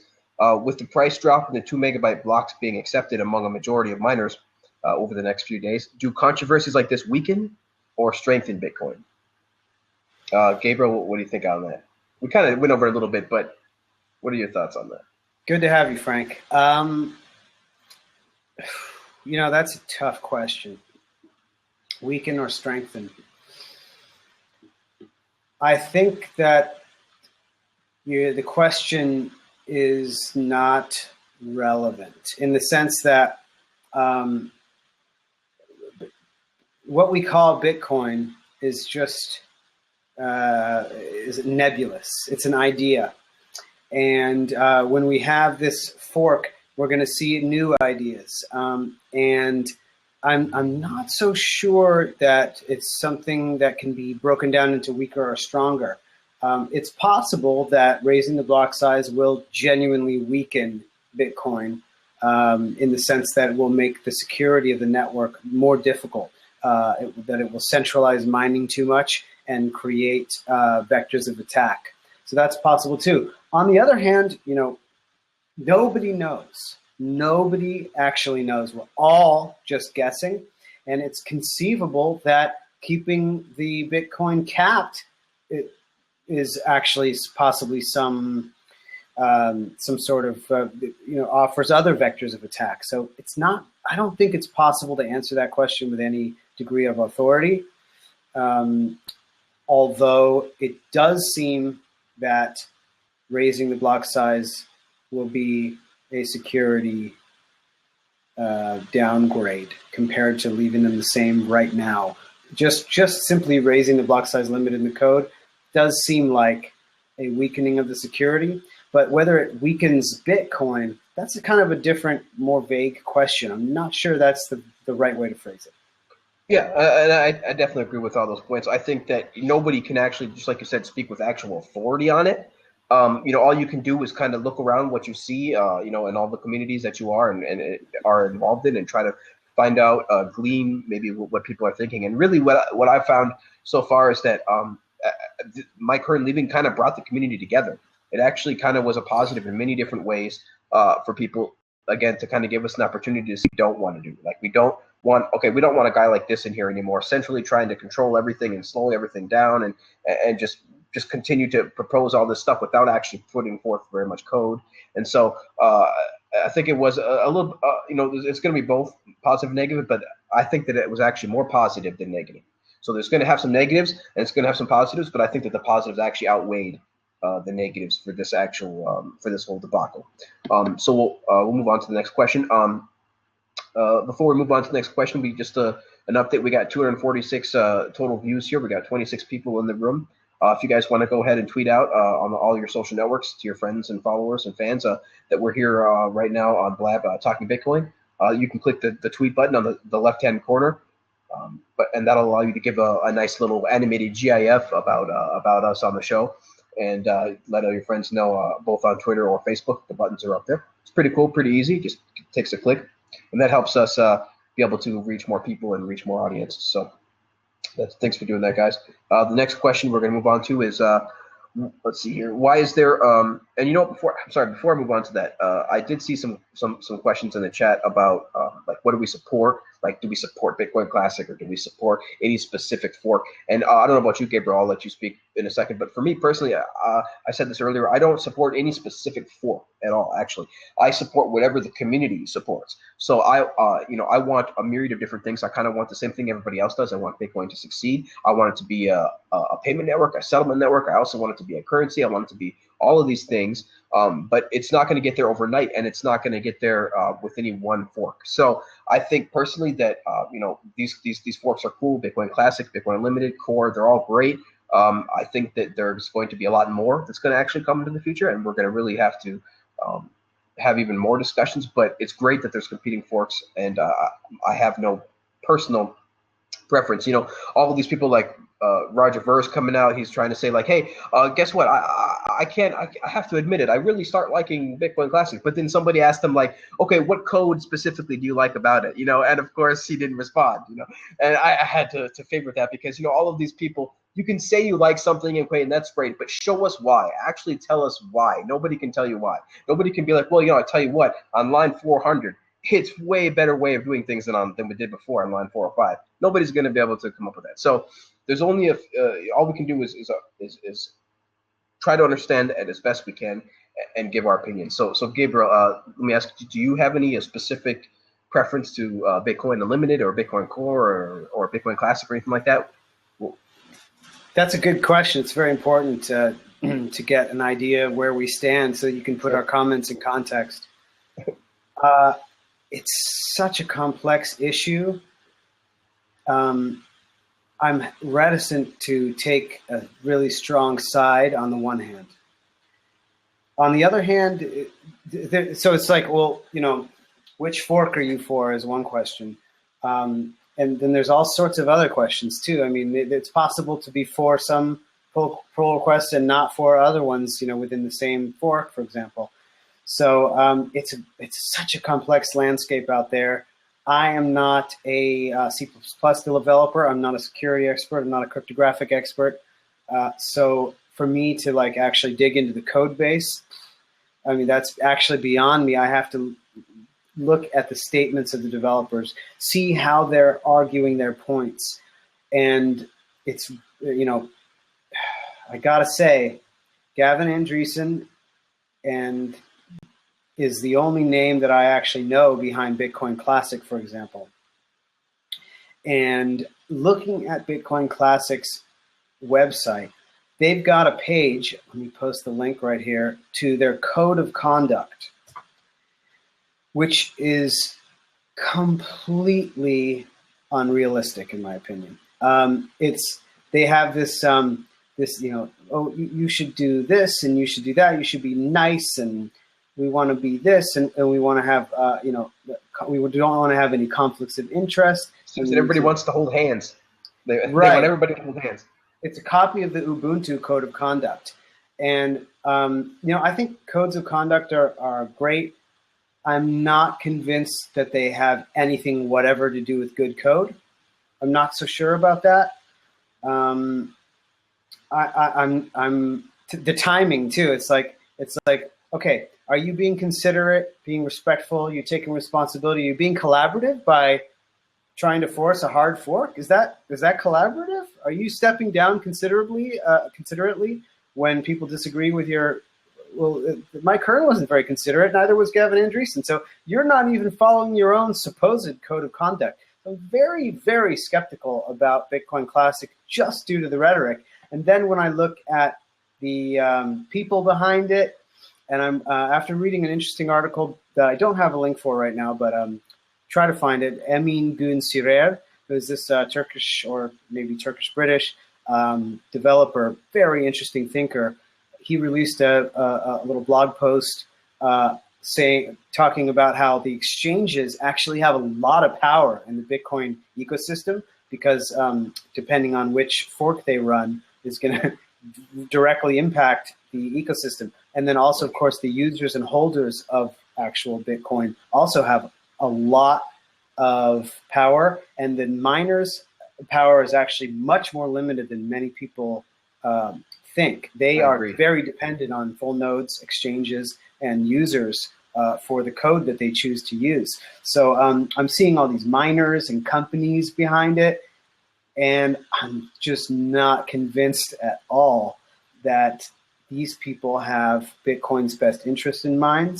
I think that they're trying to do what other people want. They're trying to please other people. I definitely see a lot of people-pleasing type behavior rather than hard facts, test.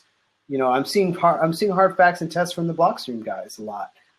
It's run by engineers. Adam Back, the creator of Hashcash, the creator of Proof of Work, is making these really amazing points on Twitter and engaging a lot of people.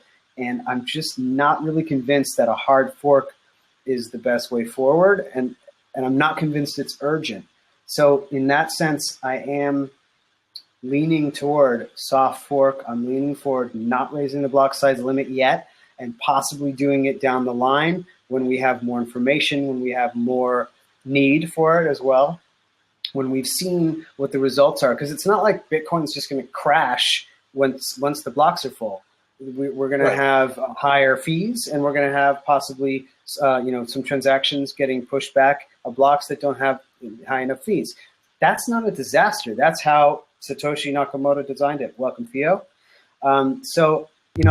Because of those things, I am tending definitely toward Bitcoin original and not Bitcoin classic. I don't buy these guys. It's very fishy. And the thing is, I'm not against raising the block size limit. I just don't think this hard fork business and this bullshit about the Ubuntu code of conduct, I mean, that's such it's scolding instead of facts. And, if you're that low on the totem pole that you can't even come to the table with facts and reasoned arguments, there's probably something wrong. Unfortunately, I have to guess because nobody really knows. Right. And I'm not even a Bitcoin developer. So I'm going off of, my technical knowledge that I have and the rhetoric that's floating around in order to make my decision. But that's where I stand on that. Okay. So it's I definitely agree. I definitely agree with a couple of your points. I definitely want, the community. I definitely will choose whatever the community thinks is the best one. I don't want to, like you said, lean towards any specific one. But man, I really don't want a hard fork. I really don't think that a hard fork is going to be good at all right now. I'm all for all these people having all these forks and having all these things, and that's great. But and competing forks, and that's great. But it's all we have to ask ourselves: okay, is a hard fork necessary? Really, is it really necessary? And so far, I haven't heard anything convincing to me that it is. I just haven't heard anything to convince me that yes, this is going to be a better way than if we don't hard fork it. And so I just want to. Just get your opinion on that. Theo, how you doing, man? Thank you so much for joining. I'm doing well. Can you hear me okay? Yes, sir. We can hear you perfect. Okay, great. So, I just will comment on I don't want to interrupt you. Just will comment on the whole, this forking and all this stuff. Yeah. Go ahead, please. I think I'm over my, scolding and being sarcastic and making fun of stuff. I did that on the weekend a lot. And it's okay. I mean, so basically, let's chill out a little bit, and just kind of, try not to be too divisive if possible. I know it sounds kind of weird, but I think that's the best way to go right now. And I've seen plenty of misleading things, I guess, you could say on both sides, or whatever sides and all this shit.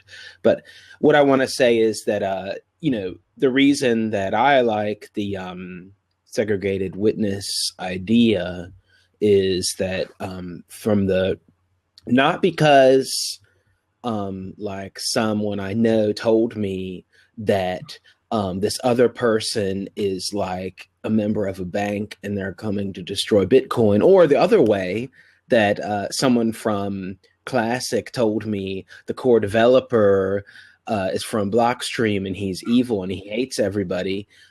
Just because I just the logic is a soft fork that can scale to 2 megabytes is a lot less risky than a hard fork, albeit the SegWit, which is short for segregated witness, which is also a really interesting name.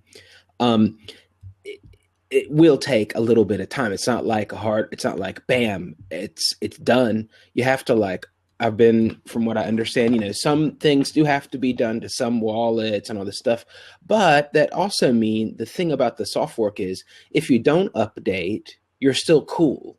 You see what I mean? You're still okay. It's kind of like optional from what I understand. This is a very overview technical person. So if you're a real technical person, you're probably you're not explaining it exactly right. But it's not like the end of the world if you still have an old wallet with the soft fork. You'll have time. It won't, and that's the thing. It's a lower risk to the whole infrastructure.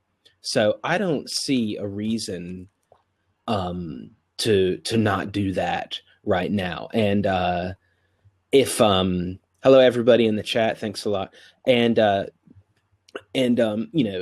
thing is, let's be realistic. There is this kind of thing that is going around. Oh, there's this massive amount of user base that are screaming to use Bitcoin, and the transaction volume is over, and we're going to break this thing. It's going to get clogged up. Okay, yeah, it is true. There are a lot of transactions, and blocks are getting filled up. It's true. It's getting crazy out there, but it's just I don't really believe it. And there are not a whole lot of users breaking down the doors of Bitcoin to use it right now. Where this transaction volume and all this stuff is coming from, I don't know. And I don't really care at this point. But I just don't see it that, oh yeah, all these merchants they're not going to do it because the block size is 8.2 and not 1. They don't care. They just want it to work. And that's what I want too. I want it to work, most importantly. Secondly, all the other stuff. So let's keep it stable. Let's get it to work. And that's cool. And, I'm already getting tired of the whole discussion, but what, I don't know. I guess it's going to continue. And, okay. So then there's another, so that's the thing. It gets everything gets all intertwined and really crazy. So, and it's even double drama because it's Bitcoin. So what it is that not only is there segregated witness, there's also the thing replaced by fee, which is a different update. But that is kind of put in the same camp as segregated witness because that's from the core developers that did that. And in general, I would say people that support Classic don't want replaced by fees, and they want a hard fork. So generally you have either or and not a mix. I haven't seen many people mix it, which is also kind of interesting. So it's a whole other animal. And I think that, again, from my technical mastery, it has been really misrepresented every time. Because every time I see something negative about it, it's just saying it's not really a technical argument. It's this is double spending 2.0, or I don't know. It's not. I'm well, how? And then you read how, and I'm that doesn't sound right exactly. It sounds Theo, sounds kind of cool. Have you been following the discussion? Because Chris and I were going through all the different fallacies. We went on the fallacy website and we were picking through a lot of stuff. So that's we kind of touched. No, on I haven't. I just randomly saw you guys. Yeah. And I thought, okay, I'm going to jump in. So yeah, we've covered some of that stuff. Yeah. Excellent. I mean, we can even move on. There's other things in Bitcoin. We haven't discussed replaced by fee yet, but there are a lot of fallacies being thrown around. I kind of wanted to talk about two last things in regard, because we've mostly been talking about Hearn and the sort of social engineering going on. We've just been touching upon Bitcoin Classic and the forking issues. I wanted to bring up 2 points regarding the fork. Number one, once again, bringing up the Popescu type of camp, which is sort of relatively hardcore. Daniel Krawiz and Michael Goldstein, these guys, they're hardcore Austrian economy fans, and you might call them anarchists. there are definitely, for digital gold as the model, not whatever open source Visa. So I was tweeting with Michael Goldstein, and he was mentioning, this fork is that it could actually really get crushed very quickly. Sort of how the XT nodes were being spoofed and DDoSed during the fall. In a similar fashion, it's actually possible for, let's say, somebody who's holding 100,000 or so Bitcoin, who's like, oh my God, you guys are like, trying to water down the value of my coins. It's very much possible to do attacks on forks, forked blockchains. So what you can do is simply move your coins on the new fork, then sell them, off and then buy the other one. So basically, you're creating an altcoin. The Bitcoin, you could sell your, you got your Bitcoin, then they split. The fork you don't like, you sell your Bitcoin off of that fork and then buy them back on the other one. Yeah. Then the new ones that you've just bought already exist possibly on the old block, on the altcoin, the Bitcoin Classic. You can then buy them, move them, and then buy them, move them and sell them again. So it's actually possible to do speculative attacks on a weak fork. It's conceivable that the people who own the largest amount of Bitcoin are the least for this forking, which is, once again, likely to decrease the security of the network and therefore compromise the investment these people have made.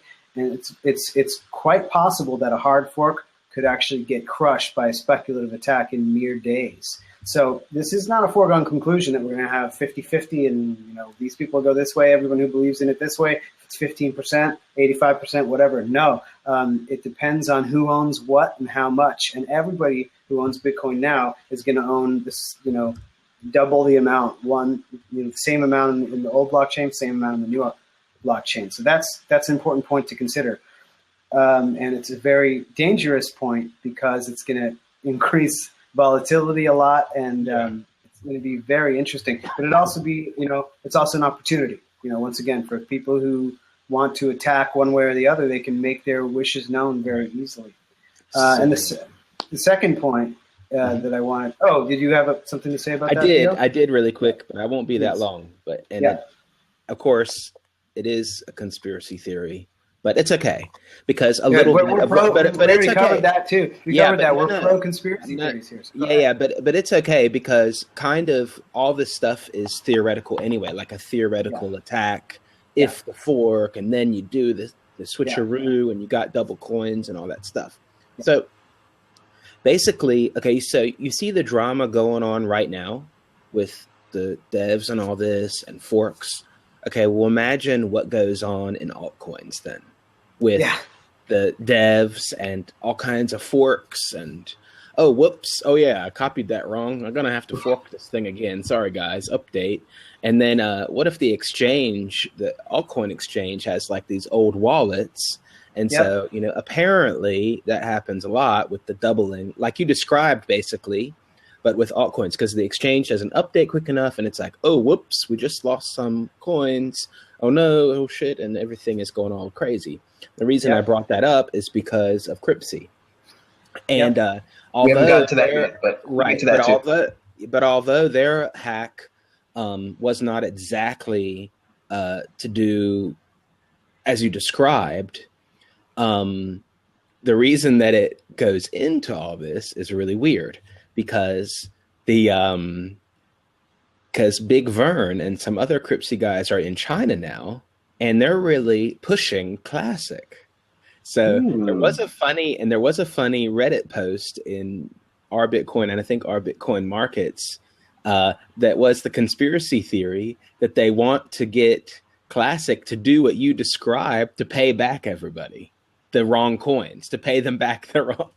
So that's like a whole, I don't think that is really going to happen, but it's a funny little conspiracy theory. And it shows you, and if you know what you're doing and other people are just kind of like, okay, well, it says 1 in the wallet and you don't realize what's going on, then, that's the situation that people might try to take advantage of. So what was your second point there? Sorry, Gabriel, real quick. Somebody just in the chat said that they did a withdrawal of an altcoin like a year ago from Cryptsy, and they received 7x what they withdrawal. Yeah, that's what so I've heard stories like that, and I think it has to do partially with just their website. I mean, actually, Horace is on Blab sometimes. Horace from Cryptsy. He used to come on here all the time. He might still be around. Yeah, Horace came on here once before, actually. Canada, sure. Right? Yeah, sure. Canada. Yeah, he came on here once before. Yep, I've had him on the show. Definitely. Yeah.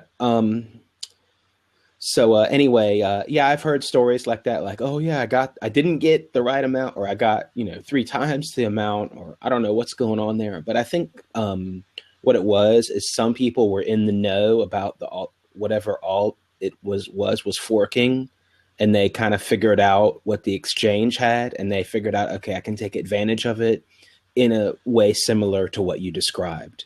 And if you think the Bitcoin devs are weird, well, think about what altcoin devs are like. Yeah. It's who knows, all the machinations behind this, but I mean, Coinbase, has declared that they're for Bitcoin Classic, which is just really, really funny to me. That's what I'm saying. Like, how is this? How is everybody all of a sudden so quickly? That's when you really got to pause to think, man. When stuff takes off this fast. Yeah, and it's very fishy. So on the philosophical side, I'm constantly reminded of something Vinay Gupta said. He's an interesting thinker. He was interviewed by I'm trying to remember that blonde girl with the Russian accent on YouTube, but she interviewed him about a year and a half ago, and he was talking about the problem with Bitcoin. And this is something he had been talking about for months and months, actually. He actually works for Ethereum now as a community manager. That's sort of his day gig. I don't know how long that's going to last. I know that it's his first mainstream gig that he's had in a long time. He's like a meditator guru guy, and didn't really participate in the economy barely until he got this gig. He didn't turn it down, and he's been making really interesting comments about blockchain philosophy. He said the problem with Bitcoin is that there are 2 main groups. There are the anarchists and the libertarians. There's 2 political groups in Bitcoin as far as what they believe. And there is, maybe some bleed over between them, but he said they fundamentally are going to disagree about how to move forward. And at some point, the project is going to experience a major crisis when the anarchists want to go one way and the libertarians want to go another. And I wonder if this is that crisis. It definitely has the hallmarks of that vibe, where the libertarians aren't too scared of governance models. Anarchists are super paranoid about governance models. And, the big blockers are maybe the libtards, and the small blockers are the anitards. And, never the twain shall meet. I just wonder if this is that crisis that he was foreseeing. I don't know. It seems to be pretty close. Yeah. It seems to be pretty close. It's going to be very interesting to see how it plays out and how people choose. But yeah, that just Bitcoin Classic gaining so much momentum so quickly does sound fishy to me, and does scare me a little bit. Especially, even Roger Ver, it was just crazy how like Roger Ver and CEO of Coinbase tweeted within 24 hours. I'm pretty sure it was just really soon to each other about, and they do it so casually. By the way, I also like this. It's not like, oh man, Bitcoin Classic solves this one problem that's just going to help us so amazingly. It's like, oh, they almost begrudgingly. Yeah, it's also a power game, and it's also to pressure and stuff like that. So of course it's organized. Most media offensives or marketing campaigns are, and it was just that, there is one particular media campaign that we saw in the summer of 2015. It was orchestrated in a very similar way. Medium article, mass media, and stuff like that at the same time. So that's just how they do it. And that's that's good, marketing on that part, from that point of view, and going viral and all that kind of stuff. But I don't know. Isn't there something else going on in Bitcoin besides forks? We're almost about to move on. Almost done. Gabriel's got a couple more things. Okay. Gabriel's got a couple more things, and then I've got a couple questions. We're almost ready to move on. I just wanted to make sure that we covered that. I wonder if this. So Roger Ver, first of all, I mean, come on.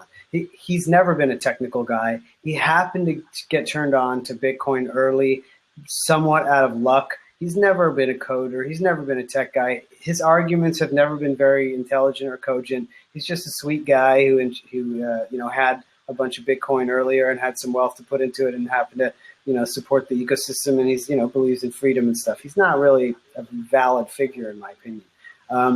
And of course, these Coinbase and other companies have they have suspect motives because they have a profit motive. So I wonder if. What I don't understand from Gupta's opinion is, why is that schism bad, and why is it a problem? Because if we move forward and we hard fork, the libtards go that way and the anatards go that way, you kind of solve the problem.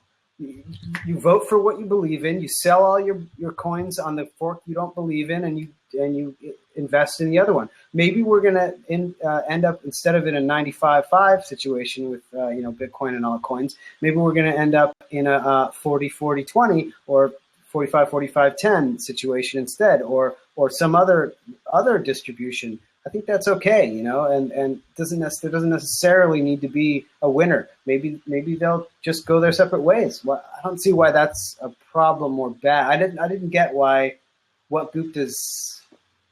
I'd have to ask him maybe. I don't understand, because I've tried to needle him on the point, and now he's got now he works for Ethereum, so he can't actually speak openly about it. Because I'm like, why Ethereum? There's Counterparty.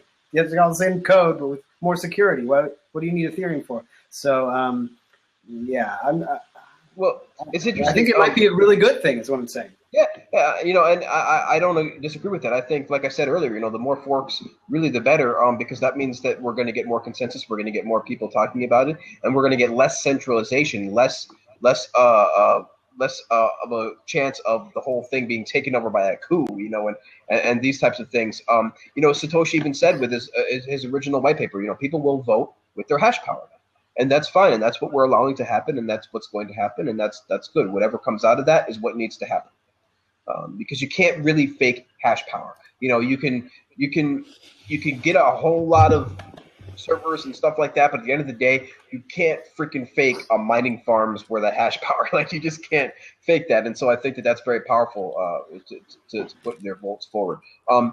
One final question to this is, it says, why is there a need to hard fork or to fork BTC to allow for more transactions when alt chains can carry the portion of the demand for blockchain transactions that Bitcoin can't handle? And that's kind of what I was saying earlier too, is that, even if Bitcoin, for some reason, we find this technical thing where it cannot go beyond 10 minutes. It can't go earlier than 10 minutes, let's say, which I still think that, we're going to solve at one point. But let's just say we can never go over 10 minutes. I think that if Bitcoin takes off, I think there's going to be a way somehow, either through a sidechain or through Lightning Network or through an altcoin or something, that's going to allow us to have that problem. If people really want fast transactions, then the market will come up with something that will allow fast transactions. We had to first solve the blockchain problem. First, we had to have this first global public immutable blockchain. Now that we have that, okay, now we can start refining that and making it maybe less than 10 minutes and things like that. Bitcoin never claimed to be instant, and Bitcoin never claimed to be 100% secure as an instant thing. Bitcoin does have 10-minute blocks, and that's fine, and it admits that. It's never tried to alter that. And when people like Mike Hearn's article trying to start saying that Bitcoin is having all of these huge problems with transactions and things, it's just not even close to true. So Theo, I'll ask you first. What do you think about the transaction, about that question on the left-hand corner there? Okay. Well, alt chain is a separate chain. You mean just to handle the small transactions? I mean, that's one way to do it. That's complicated. I mean, there's a lot of ideas about how to scale, how to handle small transactions. And, the thing is how fast do you need the small transaction? That's one issue. So, for example, if I send you a tip, like we're talking about here all the time, I think it's okay if it takes a long time to get to you. So I don't care about that so much. That's a low priority in the sense, not that it's a low priority that I tip you, but you know what I mean? It's okay that it that it takes a little while to get there. So I could put a low fee on that, let's say. Whereas if I want to get something, I'm buying something that costs $5,000, and I want to make sure it gets to the person so they don't panic, then I might slap a little bit more fee on there. You see what I mean? And I think that's okay. So I'm not against the fee market. I think that's an okay way to do it. Let's go that way. Let's go this free market way. I like that better. There could be a lot of, of course, these things are still in the future and unknown how they will exactly work. And some people really don't like them, but it doesn't matter. I think so. People are already, side chains, Lightning Network. Everyone just says, "Oh yeah, side chains, Lightning Network," but it's true. There a lot of their idea is to handle these transactions, but it is true at least with side chains. Now, Lightning Network, the technicals, I'm not an expert in. I'll be honest. The side chains do have some, from what I have studied myself, do have in the end a kind of centralization a bit. You're using a kind of service. It's a side chain. So yeah, I think that there's going to always be, for the small transactions, a trade-off of either paying a fee or trusting a service to a point. Okay. If it's a high priority small transaction. And that's just how I see it. And what's the trade-off there? The trade-off is that we get a stable network. We get something. So basically, and I think, okay, so this has to do again a little bit with the discussion we had about some people think it's like digital gold and some people think it's like PayPal futuristic 5.0 and whatever. So yeah, the reason Bitcoin has value is not because it's fast, not because it's cheap, but because the government doesn't control it. That's why it has value, because of a really cool term called regulatory arbitrage. So this levels the playing field in that not only can big companies commit regulatory arbitrage, which is like, for example, why Google has some headquarters in Ireland. That's an example of regulatory arbitrage. So Bitcoin will allow the everyday person to also participate in some forms of regulatory arbitrage. I've said it like 10 times now, short for Reg Arb, we call it. You can do Reg Arb, and that kind of levels the playing field. And that is, I think, where the real value is. Not that I don't like microtransactions, and it can be used for that. Not that I don't like. It is fast. I mean, I guess PayPal is faster in a way. I don't have to wait for confirmations because I just trust it. It just costs more. You see what I mean? There's a lot of fees. So I mean, you're not going to beat, a centralized system. Really, that's going to be pretty tough to do. I mean, really, it's amazing that it just works. I mean, look, we send this stuff and there's no company that works and we just trust that. That's pretty crazy if you think about it.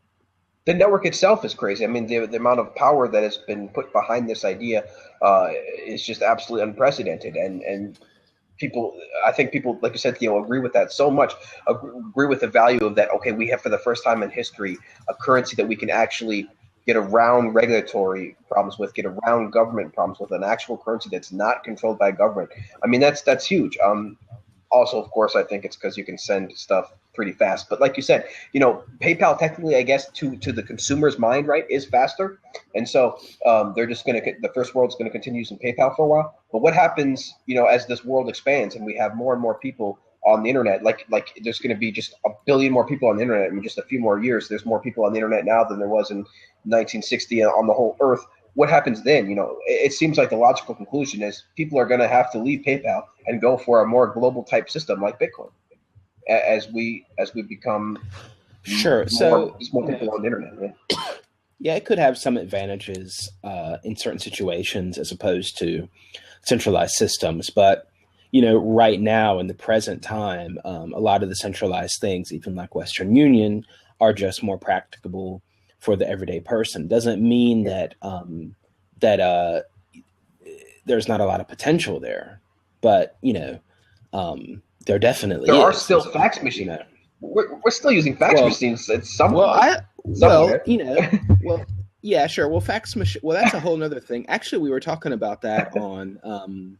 Tone brought that up on the Bitcoin group that he has an old iPad. I think the first one, and now it doesn't work because they didn't update. They stopped updating the software, and he's really it's a hard fork. Stupid. Yeah, he was trying to say that's a hard fork. Someone in the comments said no, but I don't really care. I was more interested into it because, I'm a fan of stuff that just works, and it just works, and it does that one thing really good, and it just always does it, and you can depend on it. Because, in the nuclear silos, they've got these really big floppy disks, and they're still using like Cobalt coding language or some stuff like that. They're not using OS X. They're not using, like standard hard drives. They've got like cassette tape and like crazy stuff like that. But that stuff works. It's now it has a trade-off, of course.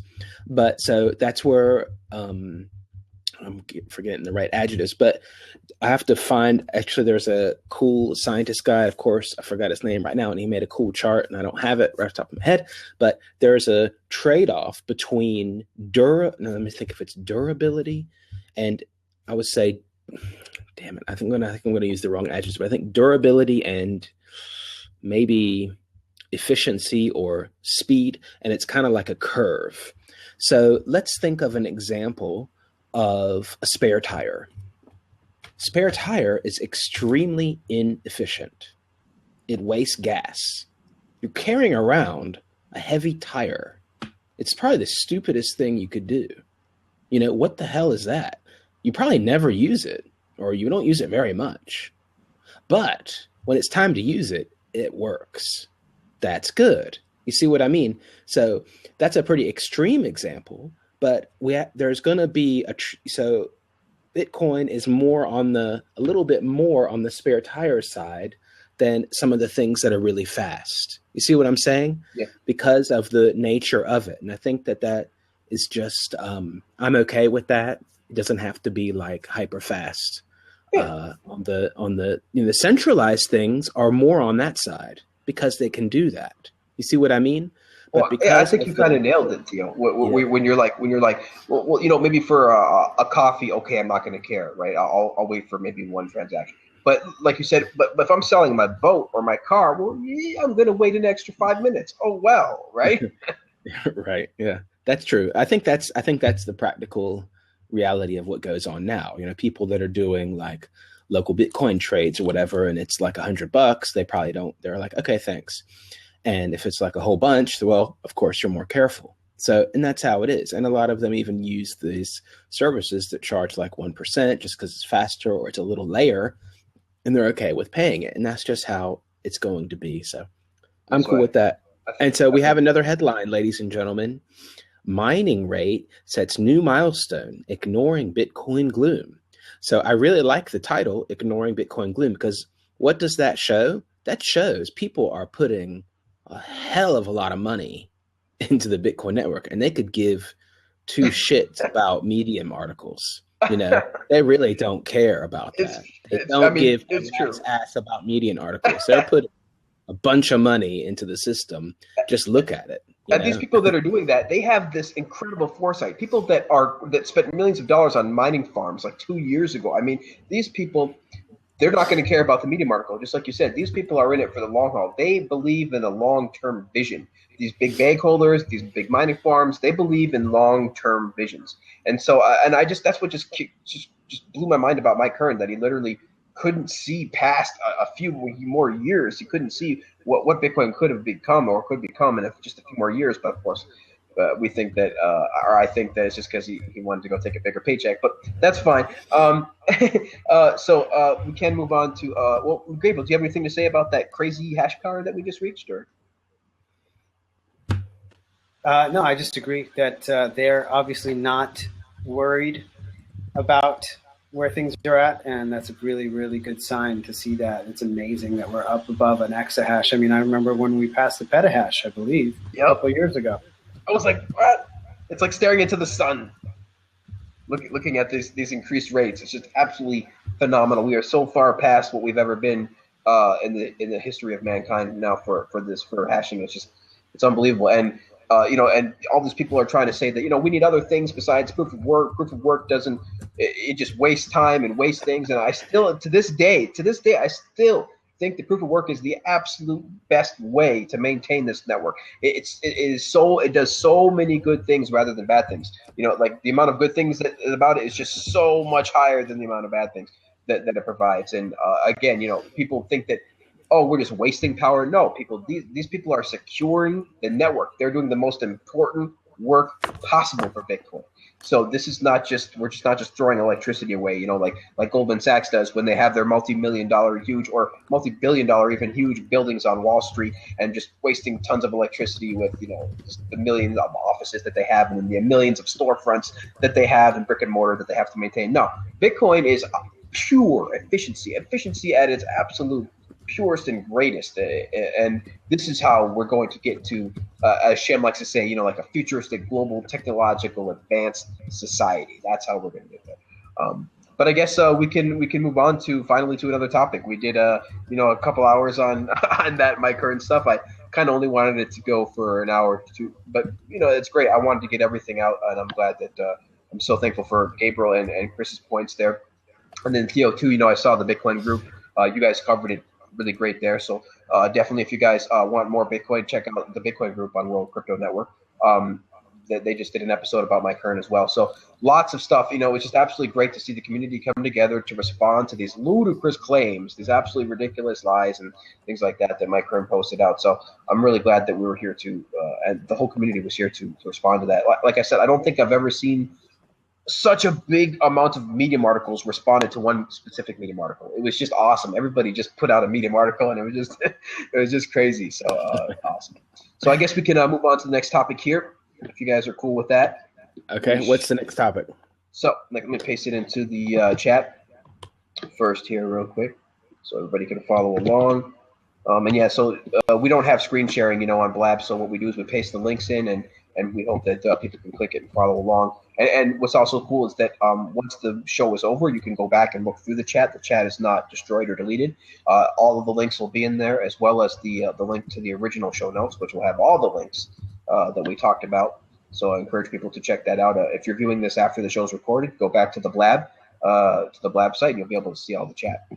So the next article is CoinDesk acquired by the Digital Currency Group, and they're announcing this Consensus 2016 conference. So, couple things. I'm a big commenter on CoinDesk. I've been commenting on there for a couple years now. I comment there under Vortex, and I have a lot of comments on there. And so, I comment on there a lot because I do see that it is kind of the central, one of the most popular Bitcoin news sites out there. And so I try to comment on there and let people know my opinions. But I tell you, CoinDesk being bought by this, I really want to hear what you guys think about this, because everybody, you guys, I think, agree that CoinDesk is a prominent news source in the Bitcoin community. Whether they're right or wrong, they still maintain a large following and a large click-through rate. So I just want to see what you guys think about this, because I have a couple things to say about it. So Theo, first, what do you think about CoinDesk being acquired by this central company, Digital Currency Group? Well, the other company that owned it was Central too. So yeah, that's true. That's true. Sorry. Yeah, so that's okay. No, it's okay. In Bitcoin, we like to say centralized a lot. That's really cool. We're gonna add that. Yeah, that's It cool. just comes out natural. Yeah, that's cool. Actually, I kind of like Digital Currency Group, to be honest, because the reason I like them is because they're Bitcoiners. They're not promoting private chains. They see value in investing in Bitcoin. You know, they do have the OTC trust you can invest in, and that is just a vehicle for people that are only allowed to invest in listed things, to invest in Bitcoin in a way indirectly. So that's one thing they're really known for, but they have invested in a lot of different companies. Silbert, I usually like what he has to say because, he is, like I said, he is on the track of, Bitcoin has value. Let's do it. I don't know if he cares about all the forking stuff and all that kind of thing. So I don't know if he owns a lot of other media outlets, but if I am not, I think that I heard that they also bought Inside Bitcoins and Inside 3D Printing. Inside Bitcoins is a conference that takes place all over the world. They rent different places and have conferences. So the brand Inside Bitcoins, and I guess they'll keep the employees from Meckler Media is the company that used to own Inside Bitcoins. I don't know how that's going to work and all that, but probably in any case, they bought that, I believe. And that, I asked the person that told me that, I said, well, did they buy Inside 3D Printing? And apparently they just bought that too. So because actually Inside Bitcoins, they had a good model. What they would do is just do a Bitcoin conference, and then the same place right after that was done, they did a 3D printing conference. Nice. That's pretty clever. Do a double whammy like that, double header. Awesome. So they bought that too, and that's a media outlet. It's a different kind of media outlet. We've already seen a quote centralization of media in the Bitcoin world, and actually it's or I guess you could say centralization, consolidation, whatever. So we also had what was the company that bought Why Bitcoin, and they also have that website with some like videos and stuff. The guys in Canada, in Vancouver, Decentral Vancouver, I think. Oh. Is that their name? I believe, yeah. With the investor guy. I forgot his name. Anyway. I didn't know Why Bitcoin got bought. Yeah. That was about 6 months or 9 months ago. So that was, and I think they bought some other stuff. I don't know. There was like some kind of, or maybe they bought, someone can correct me. Did they buy Bitcoin Magazine too? I don't know. Yeah, what happened was there was kind of like some real uncertainty with Bitcoin Magazine, and turns out that just someone bought it all. So that was a different company. Now you've got, Digital Currency Group buying CoinDesk and buying Inside Bitcoins. They definitely see value there. Of course, you got to have media, right? Let's see what they do with it. I do know, so all you writers out there, that CoinDesk is hiring writers. I heard through the grapevine. So I don't know where you apply or what. I forgot the email address. So they're doing something. Something is brewing. Yeah. So let's see what happens. Okay. Yeah. So a couple points to address real quick. So Silbert, I don't know if Silbert believes in Bitcoin long term, because he did say several times during that video that was just released, that 4-hour video, that conference where the R3 kind of let the cat out of the bag a little early about Mike Hearn's New York Times article. That conference, Barry Silbert was he said a couple times, he was very adamant that while he does think that Bitcoin is a winner right now, he doesn't believe that Bitcoin's going to win long term. But he also states that they're going to go with whatever they think wins, and that's great. Of course, R3 said the exact same thing too. So I don't know, but I just Silbert somehow doesn't strike me as a long term Bitcoiner. He to me strikes me as basically just the same thing as R3. They're going to go with whatever is easiest to be comply with, whatever they can make profit on. They're not thinking about global commerce. They're not thinking about the people in the other 6 billion. They're thinking about their shareholders. And so I think that's what I think. So I don't think that I don't even think that they're really going to be able to do a whole lot, even in the Bitcoin space because they are so tied up by regulations. We'll see what happens. But yeah, like you said, Theo, I think I'm just really curious to see. Let's just see what happens before I start condemning them and everything like that. Because I already did kind of post an article on CoinDesk on a comment on there saying that, oh great, so they're bought by DSG Digital Currency Group. Now we won't be hearing any more Bitcoin articles. So just as a joke, because again, I think that Digital Currency Group in the long term is going to go with whatever the government is going to go with. I don't think that they specifically care about if a currency can subvert a government or not. I think they very much care. They're going to do whatever they can niche out and make a profit from. So, Gabriel, tell me, what do you think about this craziness of DSG buying out CoinDesk? Well, definite possibility for conflict of interest down the line. I mean, if for example, GBTC, which is the Bitcoin Investment Trust vehicle on the OTC exchange, were to somehow be compromised. I mean, these are centralized institutions, essentially a trust, and it's named trust for a good reason because you got to trust them. Bitcoin is not called trust because you don't need to trust it. So, awesome. If for example, I mean, is very slick. He's another one of these media trained figures, guy who probably went to some sort of executive school or whatever. And he's very glib. Whether he has any, like you said, any, philosophical belief of like helping the world, I'm very doubtful of. And they're just going to go which way the wind blows, right? So, it makes me a little bit concerned that they might be using a little too much industry standard and banking grade security on their back end. Who knows how well they are holding those their Bitcoins, right? If somebody were to ask a GL, the COMEX or Bitcoin Investment Trust for settlement in Bitcoin, I wonder how well they will be able to satisfy those requests. I'm not sure. So there's a lot of murkiness here. I don't have any strong opinions other than read CoinDesk with a grain of salt. Very true, very true. And it's just crazy how they bought the thing and then announced this $1,000 that's supposed to be the early adopter discounted rate, $1,000 to go to this conference that they're hosting. And it just seems like they're trying to completely control the media. Like, I mean, I know that of course media is controlled, and we know that.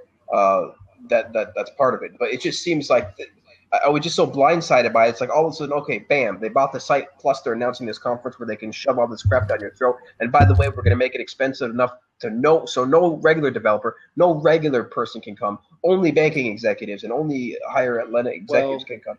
So there's a trick to get in. But you need to have a blog. Okay. Just apply for it. Just embed these on a blog, and then say you need a media pass. Okay, yeah, that's true. I mean, we've always had those kind of like the CES, same thing, for sure. I've definitely gotten to CES a few times where I shouldn't have. So that's not a problem. But it's just so disingenuous, I think, to just be like, we're all about just spreading the word, and we're buying this platform so that we can get more information about Bitcoin, and then they're going to charge $1,000 for this freaking conference that they advertise all over the site. I mean, there's even a pop-up. You can't even view the site without closing out the damn pop-up first. So it's like, wow, we have really come full circle, I guess, CoinDesk. But so if you guys didn't have anything else to add on that, I'll move on to the next topic. Well, I have one short thing, but I don't think it'll ever happen because I know someone has the Twitter, but actually Chris came up with it once, and someone, I guess, registered a domain, Coin Slummet, and I really like that. There should be a Coin Slummet, like right outside. Awesome. Yeah, and it should be like within walking distance of one of the real expensive ones, but like in a abandoned warehouse kind of. Yeah, the anarchist hacker version. Yeah, and it's like but it's like illegal or something. Coin Slummet. That's kind of cool, isn't it? That could be like a thing, like outside of the real summit, Yeah, and then, I love that idea. Hashtag Coin Slummet. Everybody get that shit viral, and we will host it right outside of their digital currency group summit. That's awesome. Somebody needs to do that for sure. All right, let's see here. The next, only got a couple articles left, and they're both pretty articles that won't take too long. So, but they are important. I think that these next two articles are pretty awesome, actually, and kind of show really where Bitcoin is going. So let's see. Robin's World asks, "Are seats open?" No, this I'm not hosting any other guests right now, but you guys can definitely ask questions at any time. You can type in a question and then type /Q before it, and it'll pop up on the left-hand side there, and we can definitely do that. So just a reminder, you guys, if you have any questions, please answer them. It's hard to get them answered in the chat because the chat goes by so fast, but please put a /Q in front of it, and we'll definitely answer any questions you guys have. And also just take this time too to have everybody tweet out and Facebook out the show. You can click on the buttons on the left-hand side there by clicking the little Twitter button or clicking the little Facebook button, and we really appreciate that because that helps us get more people in, that helps us reach a bigger audience, and that helps spread the word of Bitcoin. So please go ahead and tweet that out if you guys get a second. We got 24 people in here right now that are registered with Blab, and then an additional 11. So we've been averaging over 30 plus people this whole time, so that's good. We have over 400 views, so we're definitely doing good. Keep those shares coming. So let's move on to the next topic, and that is PayPal adds Bitcoin startup CEO to the board of their directors. So pasted that link in. Theo, we'll go with you first. Tell me, what do you think about this news here? Is PayPal crazy? Is PayPal smart? What do you think their thoughts are behind this? Sorry, tell me once again. I was doing something on another screen. No problem. I'll jump in. Okay, go ahead, Gabriel. I pasted the link too for you, Gabriel. So it's Wences Cesaris, really interesting guy. I really love what he has to say. He's an Argentinian who's a big Bitcoin supporter, and he's the CEO of Zappo.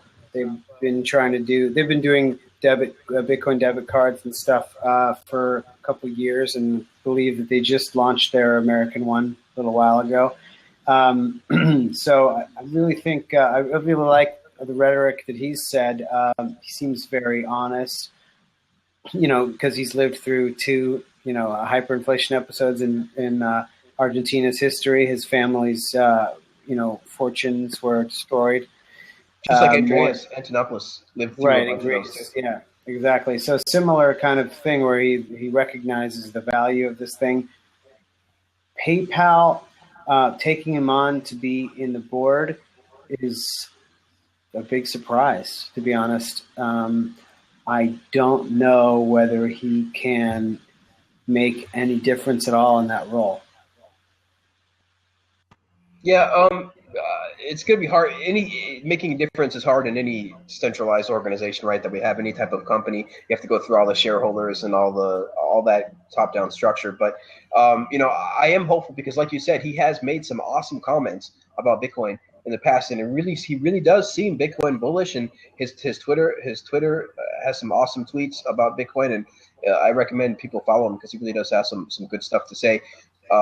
Of course, so does CEO of Coinbase too. But it is interesting stuff. That this is where we are now, where we have these big, huge payment companies like PayPal taking on Bitcoin executives now. Because last year we saw this move, right, where a bunch of people left Wall Street to go to Bitcoin startups. I mean, that's cool. That's one good move. But now we're kind of coming full circle around where now we're seeing these big, huge centralized companies start taking on Bitcoin people. And that's great because that means we're blending both worlds. We're blending both worlds of Bitcoin and traditional finance. And we're talking where we're getting conversation going. We're trying to find out what we can improve. And so that's awesome. So Theo, tell me, what do you think about CEO of I think that I think that we'll see more of this. This just show, if I'm a company that has anything to do with payments or anything like that, I want to cover all my bases. I want to remain relevant. So how can I do that? Well, you could develop from the roots up. Okay, that requires time and investment.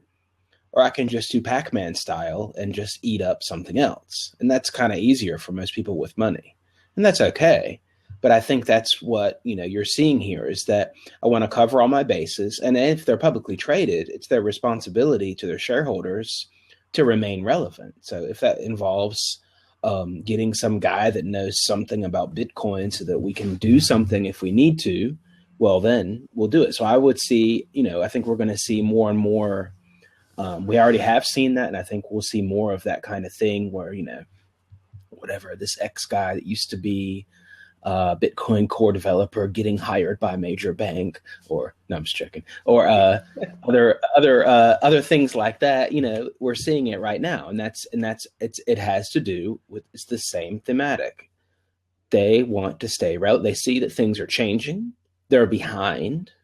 So what are you going to do? The quick fix is Pac-Man style. That's right.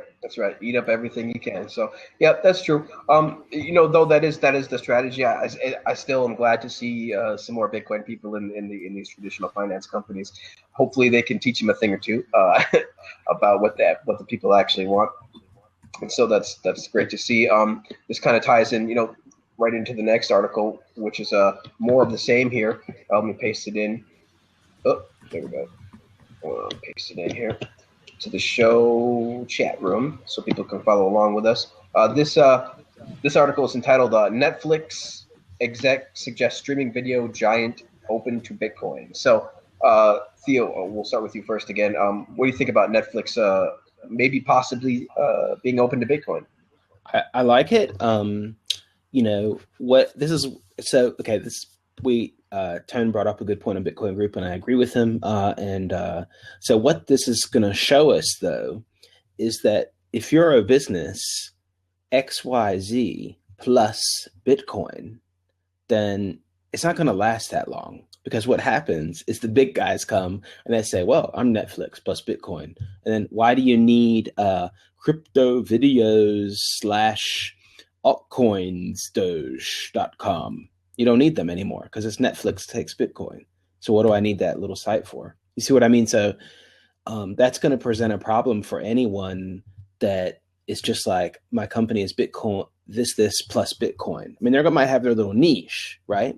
But that's going to be like, oh, well, why do I need to use this shady crypto website to buy my airline tickets when Expedia takes Bitcoin now? You see what I mean? So that's the kind of thing I think you will see.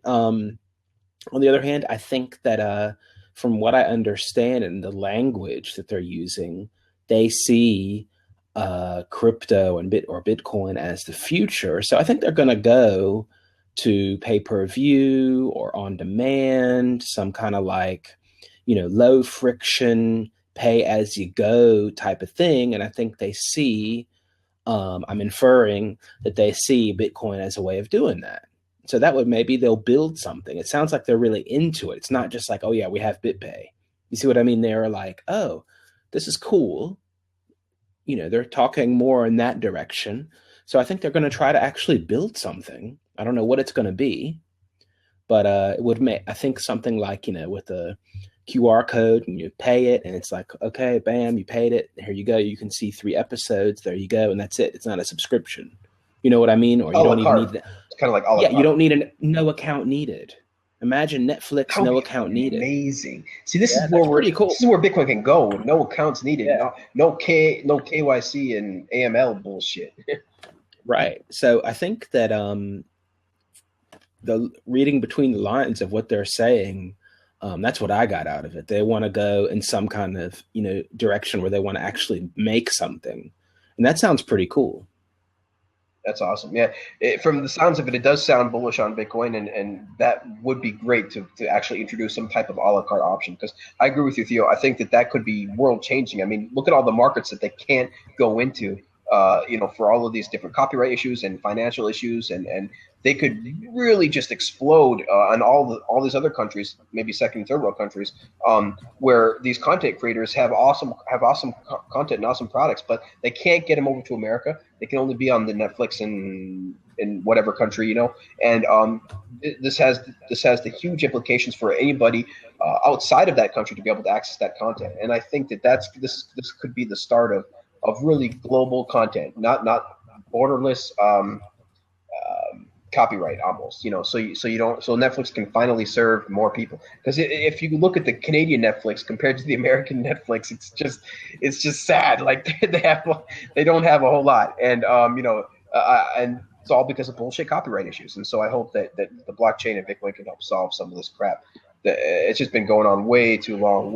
So content creators need to get paid, of course, but we need to be able to get this content out to more people.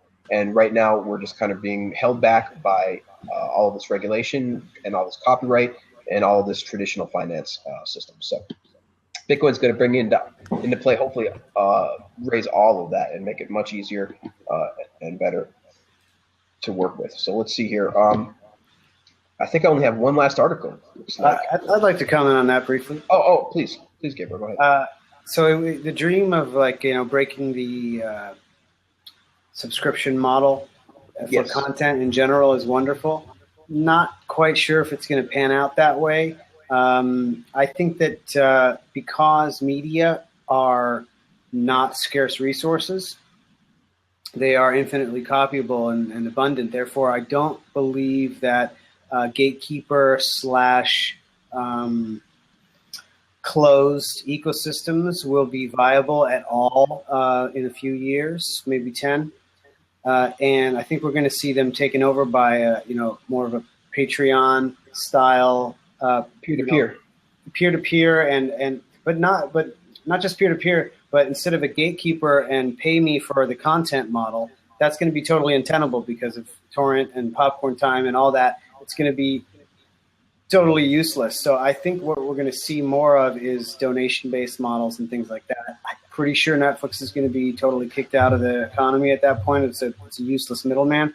And I also think that this article is pretty much meaningless and it was just an off-the-fly comment. Netflix is going to push back as long as they can to avoid being disintermediated. I think Bitcoin is actually a threat to them, although it's a good match for any type of streaming service, any type of digital service.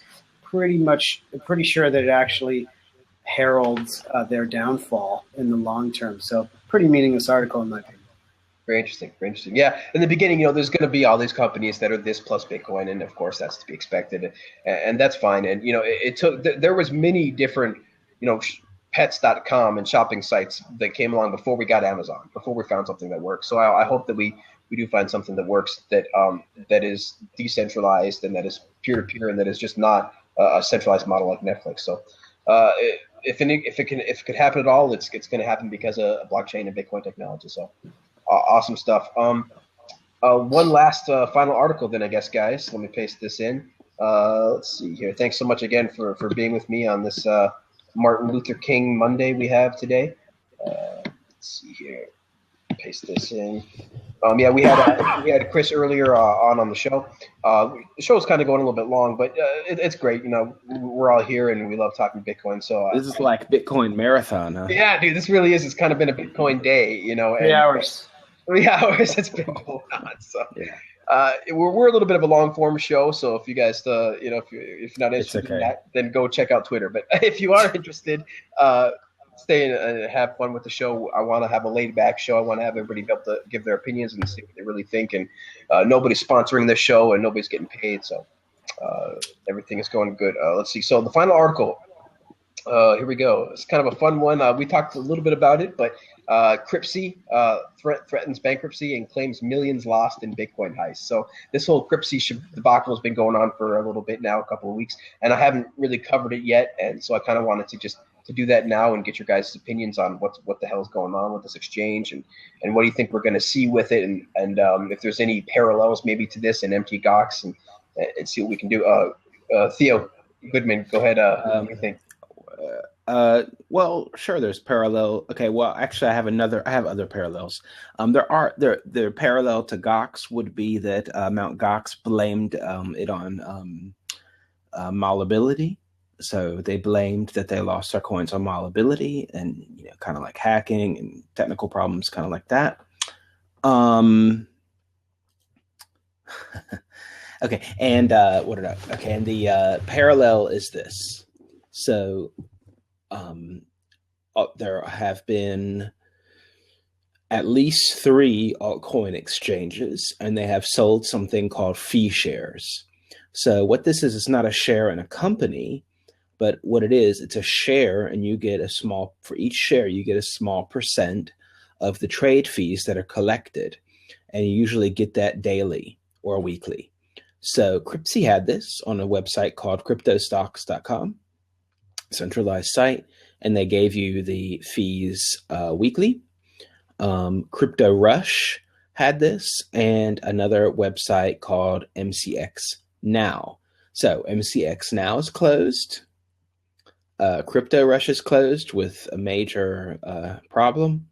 And now Cryptsy has some issues. So that's, if that means anything or anything, but it's just interesting that the thing that connects them is altcoins and them selling fee shares. Now, I don't know if the reason that Cryptsy sold fee shares, they already knew that there was a problem. I don't believe so, because the fee share sales started before they hosted Lucky 7 Coin, I do believe, but I'm not 100% sure. But that would be really interesting research to find out the date of the introduction of Lucky 7 Coin and the launch of the fee share sales on cryptostocks.com, and if they were used in order to help kind of like recover the funds ahead of time. Basically, it's like a kind of Ponzi, where you don't have enough money, but as long as enough people buy these share things, then you can pay the people that you owe back.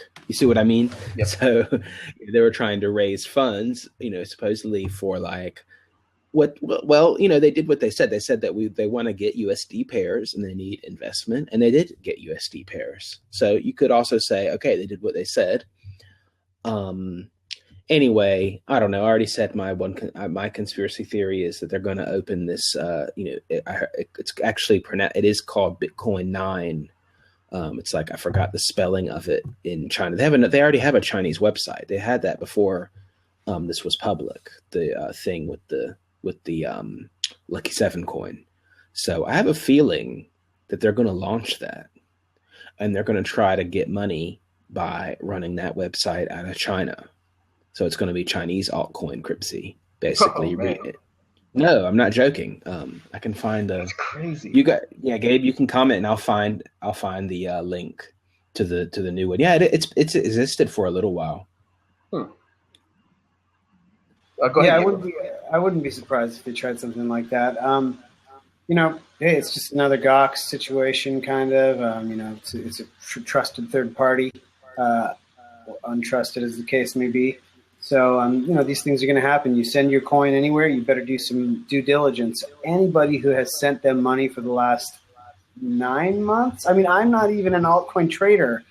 I don't even do that stuff at all. I'm not involved at all. And I've known that Cryptsy has been insolvent for maybe 9 months. So if anybody has been sending them any money, even if you're doing trading on the platform already, you have got to have your head up your ass. Come on. Before you send your money anyway, you got to do your due diligence. You got to do at least 5 minutes of research. 5 minutes of research on Reddit for Cryptsy, and you'll find only hack stuff. You'll find only that stuff. It's not like other exchanges where it's like, hey, I had this little problem. They helped me out, but unfortunately it took 3 weeks. I hate them or whatever. No, this was like Cryptsy won't do any withdrawals for months now. Same thing with Gox. Anybody who sent Gox or kept their money at Gox for the year and a half leading up to their demise was, tempting fate. You're skating on thin ice. So this type of stuff's happened. It's going to keep happening, and it's not a surprise. This is essentially a bank. It's not a tech, or it's not a platform. It's not something you can trust. It's not wallet software where you hold the keys. This is you handing them your money and trusting them to keep it. They didn't. Those people lost their money. You take that risk coming into the game. No problem. If you're willing to say goodbye to all the money you have on Coinbase, then fine, that's cool. As long as you don't complain, they took my money. Give me a break. Come on, you're taking that risk. It's a centralized service.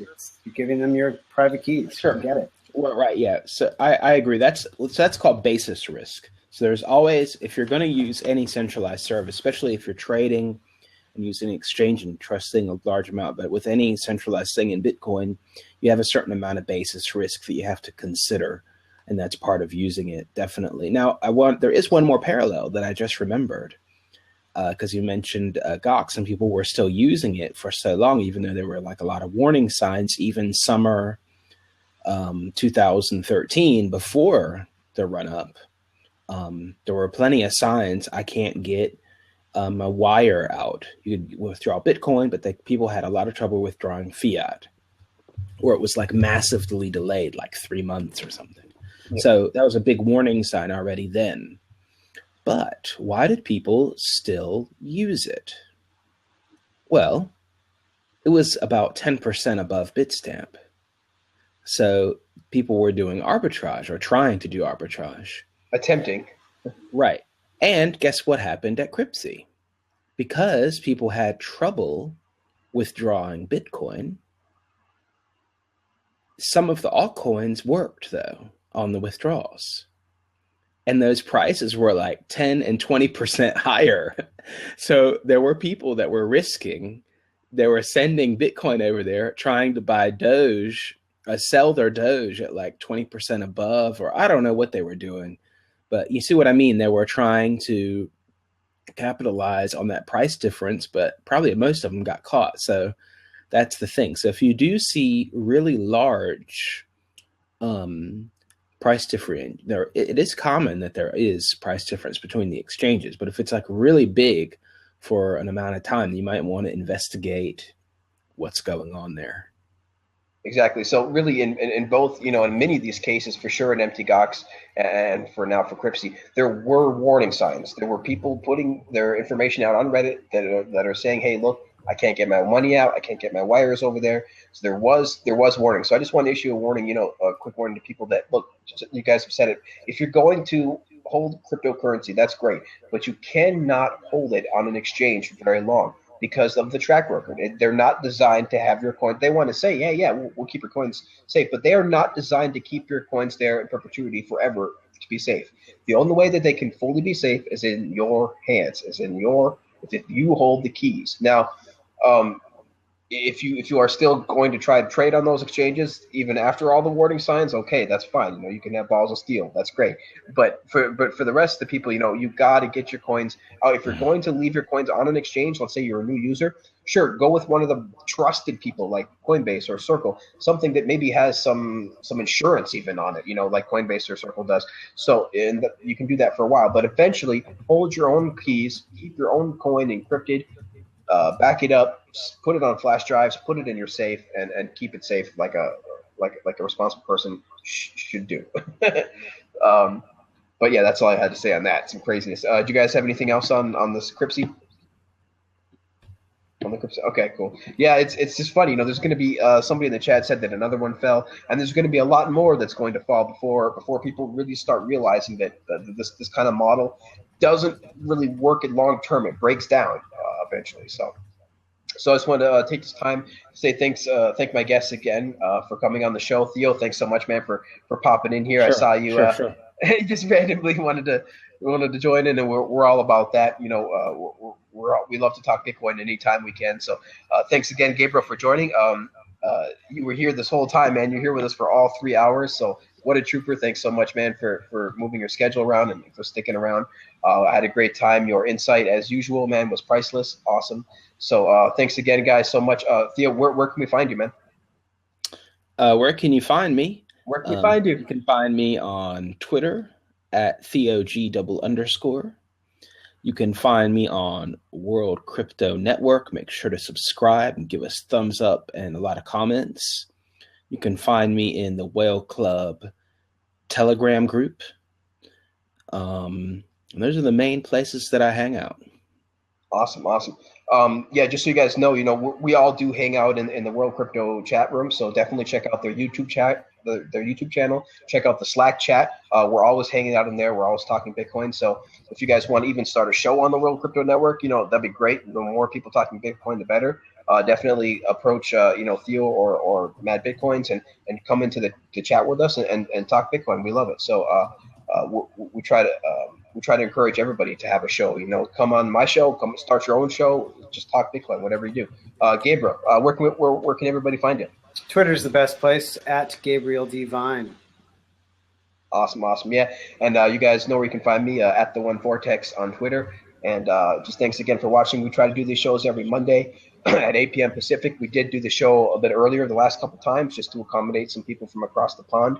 But definitely try to check us out. If you don't know what time we're going to be on, just go to my profile at the One Vortex, and I'm always tweeting out when my next show is. And then on Blab as well, it'll have a date posted on there, so you can always know when the next show is. And in addition to all that, we upload all of our content again to the World Crypto Network, to the YouTube channel. So give us thumbs up and comments on there. We'd love to hear from there. We're also on SoundCloud, but follow the World Crypto Network if you guys want to find out about more shows that they do, or if you want to start your own show as well. So thanks again, guys. Thanks so much for joining us, Theo, Gabriel. You guys have been great. Thanks so much. We'll hopefully see you guys again next Monday to talk more Bitcoin. Okay, talk to you later. See you guys Bye. later.